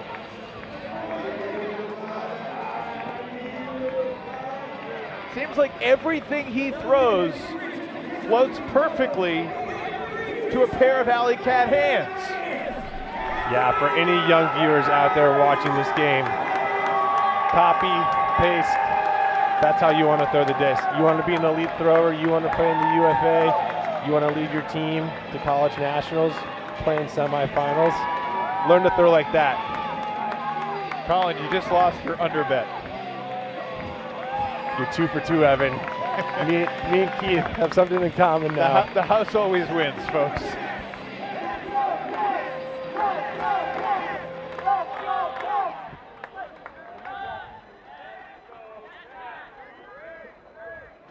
Five-goal lead for Indy. It seems like the Union will finish with more assists as a team than Elliott Hawkins will individually. But this has been unreal. There are 2 other members of the AlleyCats with 2 assists each. That's Felton and Payne. But Hawkins with 15 scoring passes here tonight. End zone for Fegans. Ben Priest able to connect. 4-goal game, 3:29 to play. Chicago making quick work of that point. Ben Priest with a nice flick. Touch a little outside in there. Making it relatively easy for his receiver, Jaden Fegans, to come down with it. And that's important that they score so quick here, right? In these situations, Chicago, time is not on their side. 4 under 4, that makes it really tough. Anything that you see from Chicago is going to be quick. It's going to be aggressive. It needs to be aggressive if they're going to make this game tight. Right now, Elliott Hawkins is tied for the 2nd most assists ever in a UFA game. Tyler DiGirolamo and Brody Smith. Brody an original AlleyCat and an original member of the Chicago franchise. Then the Wildfire. This is Elliot Hawkins going deep, and he's unable to sky Jeff Weiss, but it's pass interference against Chicago. Weiss is asking for an integrity call, and it doesn't look like he's going to get it. So Elliot Hawkins in position for assist number 16, which would put him alone and just one assist shy of the all-time record. He doesn't go for the end zone. He sends it back to Jonathan Mast, who will flip it in. Felton is there. Mast, I think, has to apologize to Elliot after that, right? Elliot's like, come on, man.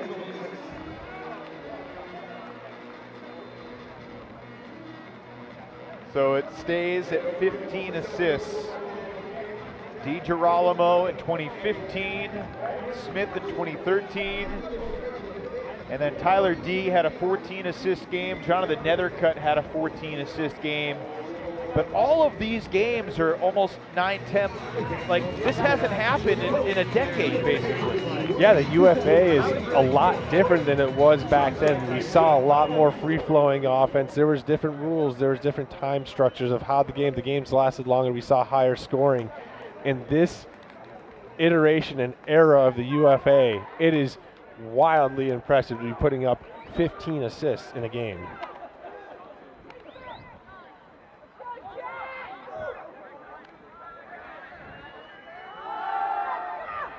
Shanahan is going deep.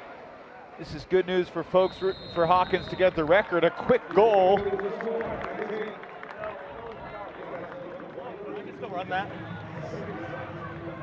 We'll try again tomorrow.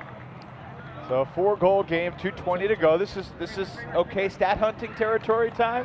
This is where you imagine that everybody on the AlleyCats knows it's within reach. And it will be very interesting to see this offensive set and how much Elliot Hawkins touches this possession. And if they're on the goal line again, whether or not John Mast throws it into the end zone. Hawkins has more assists in a game tonight than anybody in the league this decade. Austin Taylor had 13 assists for Atlanta in a 2021 game against Pittsburgh. That was the highest mark this decade until tonight. Elliott starts downfield at the front of the stack. 82 yards away from the end zone. He goes underneath to Felton. And Felton throws a bomb. Wettengel versus Vukovic. Vukovic can't believe it. He says Wettengel came into me. What do you think, Colin? That is bang bang. That's so tough. I sympathize with Vukovic right there. I think that should be a no call. I do too. I think ultimately that's a no call. You got to let them play that out in that situation. And when you cut off a guy's clear path as he's running straight down the field to try to defend you, that makes it tough.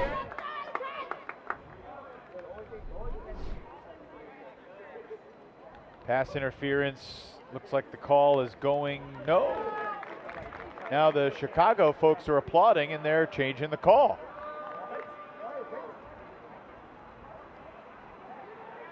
Not sure if it's a no call or they're calling it interference on Wettengel. Clock continues to tick, and we are now at 1 minute to play. Will Elliot Hawkins get a chance to throw another assist before the night is done? They've added time to the clock. That's good news. So it looks like they call that offensive interference instead. It's 10 yards outside of the end zone is where play initiates. Chicago down 4. You know, probably not realistic to come back, but you never know. I think this disc has to go to the end zone for the Union here pretty quick. Finke swings it for Weiss. Sjogren with $1:20 to play. Weiss. Chicago taking too much time. They will punch it in with 1:13 to go. And now if you're Indy, do you look for the end zone or do you just play keep away and try to milk this clock and celebrate your first win and a truly mind-bending season debut for Elliot Hawkins, 15 assists.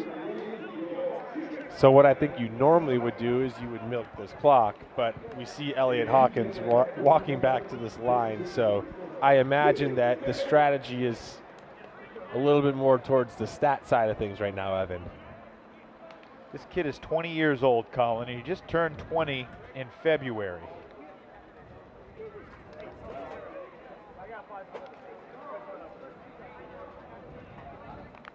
He had 11 assists in his 8-game UFA career before tonight.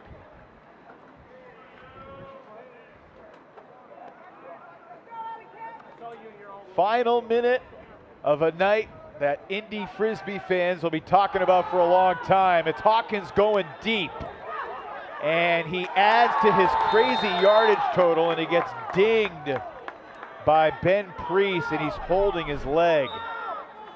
And this is really unfortunate. Hopefully he's all right.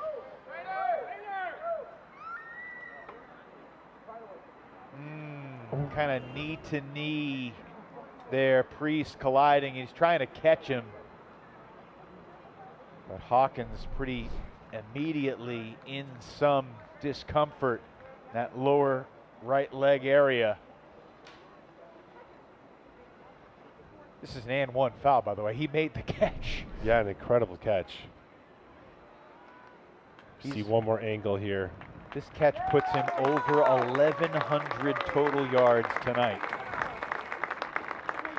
Good to see him walking off under his own power.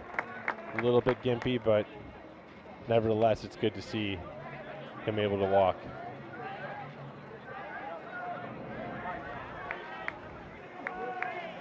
So he's not going to throw the assist, which would have been his 16th.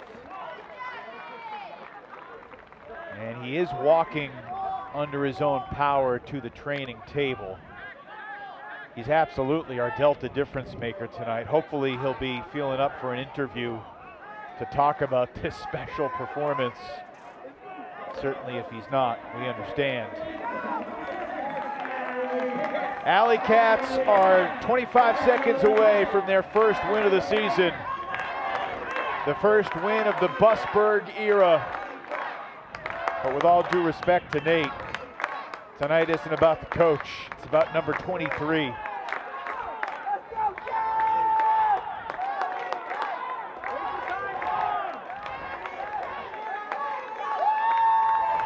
The final 10 seconds tick away, and the Indianapolis AlleyCats are on the board. They prevail by 3 over Chicago. Elliot Hawkins has left the training table. He is walking back to the handshake line, which is the best news of the night. Yeah, good to see Elliot walking under his own power, able to go shake hands with the opposing team. It's such a great night. You would have hated to see it end with a major injury. This appears to be minor right now. Hopefully something he can bounce back from quickly, be ready to go by next weekend. Because boy, does he make a difference for this Indianapolis AlleyCats team. So, I mean, there's going to be a lot of history to process, Colin. He finishes with 1,108 total yards, which I believe is the 4th highest total for any player in a game this decade. The most assists in a game this decade, and it was his first game of the season and just the 9th game of his career, and he's 20 years old. Unbelievable. AlleyCats win it 23-20 behind 15 assists from Elliot Hawkins. Hopefully we'll talk to him when we come back.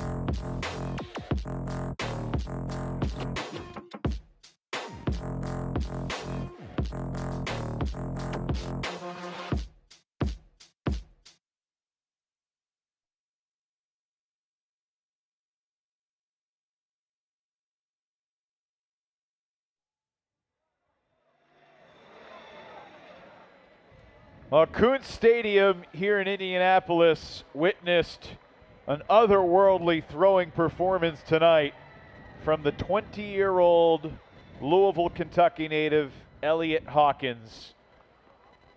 University of Colorado class of 2028. He's still got a couple years of college Frisbee left, Colin Camp. But he's our Delta difference maker, and Elliot Hawkins joins us now. Elliot, thanks for being with us. First of all, are you all right? What happened there at the end? Yeah, I'm doing okay. Just took a knee to the shin, so just gotta let it buff out, and we'll see how it goes. Just maybe some minor swelling, but it's coming back to me, so shouldn't be too bad. No worries.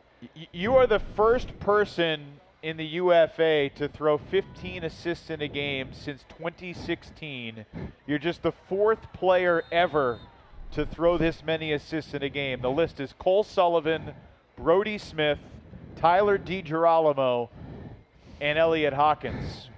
Did you imagine anything like this when you took the field tonight, Elliot? No, I mean, we just wanted to go play good team ball, and it just kind of happened to work out like that. I mean, I don't think I did anything. I think we did a great job as a squad and an O-line to run the set that we wanted to, and it just kind of happened like that. There was no game plan towards it.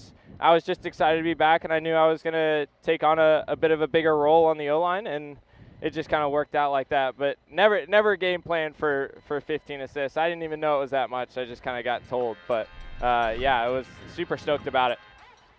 Elliot, obviously this has been a big week for you now. You know, great run at Nationals, coming up just a bit short in semifinals. I know what that feeling's like. It's tough.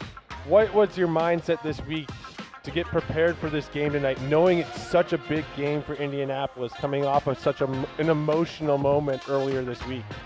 Yeah, game plan was just get my body back to where it really needed to be. It's a hard weekend, especially at College Nationals, and playing a lot of points, but the main goal was to get my body back to healthy and also just have fun. I love playing with these guys, and I'm glad to be back. It was just playing with fun, playing with passion, and just enjoying life. I'm glad to be back in my hometown, Louisville, this summer, so I'm happy to be back and happy to be playing with these guys again. It's been super awesome for the time that I've spent with them. Yeah, this wasn't the full version, the finished version of the AlleyCats, but it's certainly a more complete version than we've seen the past couple of weeks. What are your goals, and what's your confidence level for this team to be a contender with the best teams in the Central Division and throughout the entire UFA? Play as a squad. We've had some growing pains throughout the first two games and people not being able to be here, and so I'm super stoked to have the whole squad and just kind of working through those growing pains as a team, and just kind of work together and get our chemistry back to what we want it to look like and where it needs to be, and then I think we can compete with anybody in the division. All right, before we let you go, Elliot, I just have to ask, the final AlleyCats goal of the night, Jonathan Mast, he could have thrown it back to you for you to throw the goal, and instead he tossed it to Jake Felton in the end zone. Were you all right with that? Yeah, absolutely. But Bus told me he wanted me to play a D point with about three minutes left, and I told him no. I want those D-line guys to go work on what they have. There's no reason for me to do it. He wanted me to. He told me I was 2 assists away from the team record, and I was like, no, we don't need it. I want to go play O, and I want to go do my job. There's no reason for me to go play extra points just because it's a team, not an individual. Respect that very much. Want to ask you about another guy who's meant a lot to this franchise through the years, Cameron Brock. Scored a lot of goals. He had a greatest for an assist tonight, and him coming back to this team. What's it like playing with a guy who's been involved in this league since the beginning when you were 6 years old?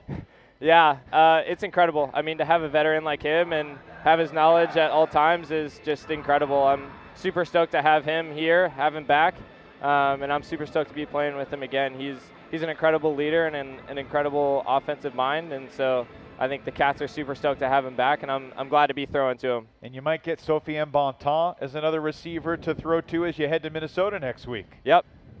What will it be like adding him, and what's the goal for you as you head to the 3-time reigning division champ next weekend? Can't wait. I'm excited. I like playing good competition. I like playing good Frisbee, so mainly just excited to go play some more and get back out on that field. Nothing more to it. All right. How many assists does Tobias need tomorrow night to be respectable for the Mama Bird family? Tobias can do whatever he wants. I love that kid, and he can do whatever he wants. I wish the best for him to have a good game, and I know he's going to play a good game, so I'm excited for him. All right. Mama Bird taking over the UFA this weekend. Elliot, your teammates are coming to congratulate you. We congratulate you. Thank you for joining us. An epic evening. Best of luck next week. We'll see you down the road. Thanks, Evan. Thanks so much, Elliot. Unbelievable. And I loved his answer at the end there. Yeah. I mean, he just shows at such a young age he's such a great leader already, right? He has that team mentality. It's ingrained with him through that Mama Bird program. They really are a team-focused program, and you can see how that really impacts his teammates. They all came over to him at the end wanting to be a part of that moment with him, and he welcomes that. He loves that, right? He refused to talk about himself. He talked about the team. It's a we game, not a me game, and those are the types of young leaders that build franchises, and you build franchises around those guys, and you want to keep finding those guys and investing in those guys. So it's really great when you see those types of leaders have these big games in the biggest game of the year for his team. He's 14th in the league in assists right now, Colin. He's on the first page. There's 20 names on the first page. He's number 14 with 15 assists in a single game. Again, he joins Cole Sullivan, Tyler DiGirolamo, and Brody Smith. 3 of the great throwers that this sport has seen over the past quarter century. And Elliot Hawkins is only 20 years old. I mean, he probably doesn't even remember the Brody Smith days. And yet, and you said it earlier, I thought was a great point, like with the timing rules have changed, it's become harder to accrue stats like it was a decade ago. Yeah, and it makes this night so impressive for him, right? And we were talking to Coach Busberg this week, and he even hinted at the fact that he has some shades of Jack Williams in him. And I almost scoffed at that moment because I thought that was such a high bar to expect for somebody who's 20 years old coming off of college season. But what we saw tonight is shades of Jack Williams. This is exactly how a guy like Jack Williams in his prime impacted a game. And it's so impressive to see kids these days at 20 years old able to do that. Nate Busberg did compare Elliot Hawkins to a young Jack Williams when I talked to him earlier this week. I thought, all right, let's maybe pump the brakes on that. No, full speed ahead on the Jack Williams, Elliot Hawkins comps. I don't remember Jack having a 15-assist game when he was 20 years old. He was still learning how to throw at Wilmington. Can't miss games tomorrow night. San Diego at Oakland. New York, Boston next Friday. Indy and Minnesota. We are so excited to head to Boston next week for a game that we have been waiting for all season long. For years, New York set the standard. But now, Boston's the reigning champ, trying to fend off all challengers in pursuit of their glory. New York and Boston, next week on Friday Night Frisbee. We expect Don Desmarais to make his Empire debut next week. Colin, your first thoughts when you think about Don versus Toba and New York versus Boston at the top of the East? Yeah, Don versus Toba, it's a great matchup. It's an argument that many of us had at the bar after championship weekend last year. Who is the more impactful player? We might get the first, kind of taste of that next week. And for these two giants in the East, Boston and New York, vying for that opportunity to really take control of the division. It's a huge game next week, and for guys like Alex Atkins, it's their first taste of this rivalry and an opportunity for them to put their stamp on this in-division rivalry. Talk about putting a stamp in a debut. Elliot Hawkins for the Indy AlleyCats tonight. 15 assists and over 1,100 total yards. The Camp Rock greatest gets overshadowed, Colin, amidst all the other Hawkins magic. Stranger things here in Indiana with Hawkins, the leading man. For Colin Camp and our entire crew, thanks to Kelsey Sparks doing a great job on the sideline. I'm Evan Lepler saying good night from Hawkins, Indiana.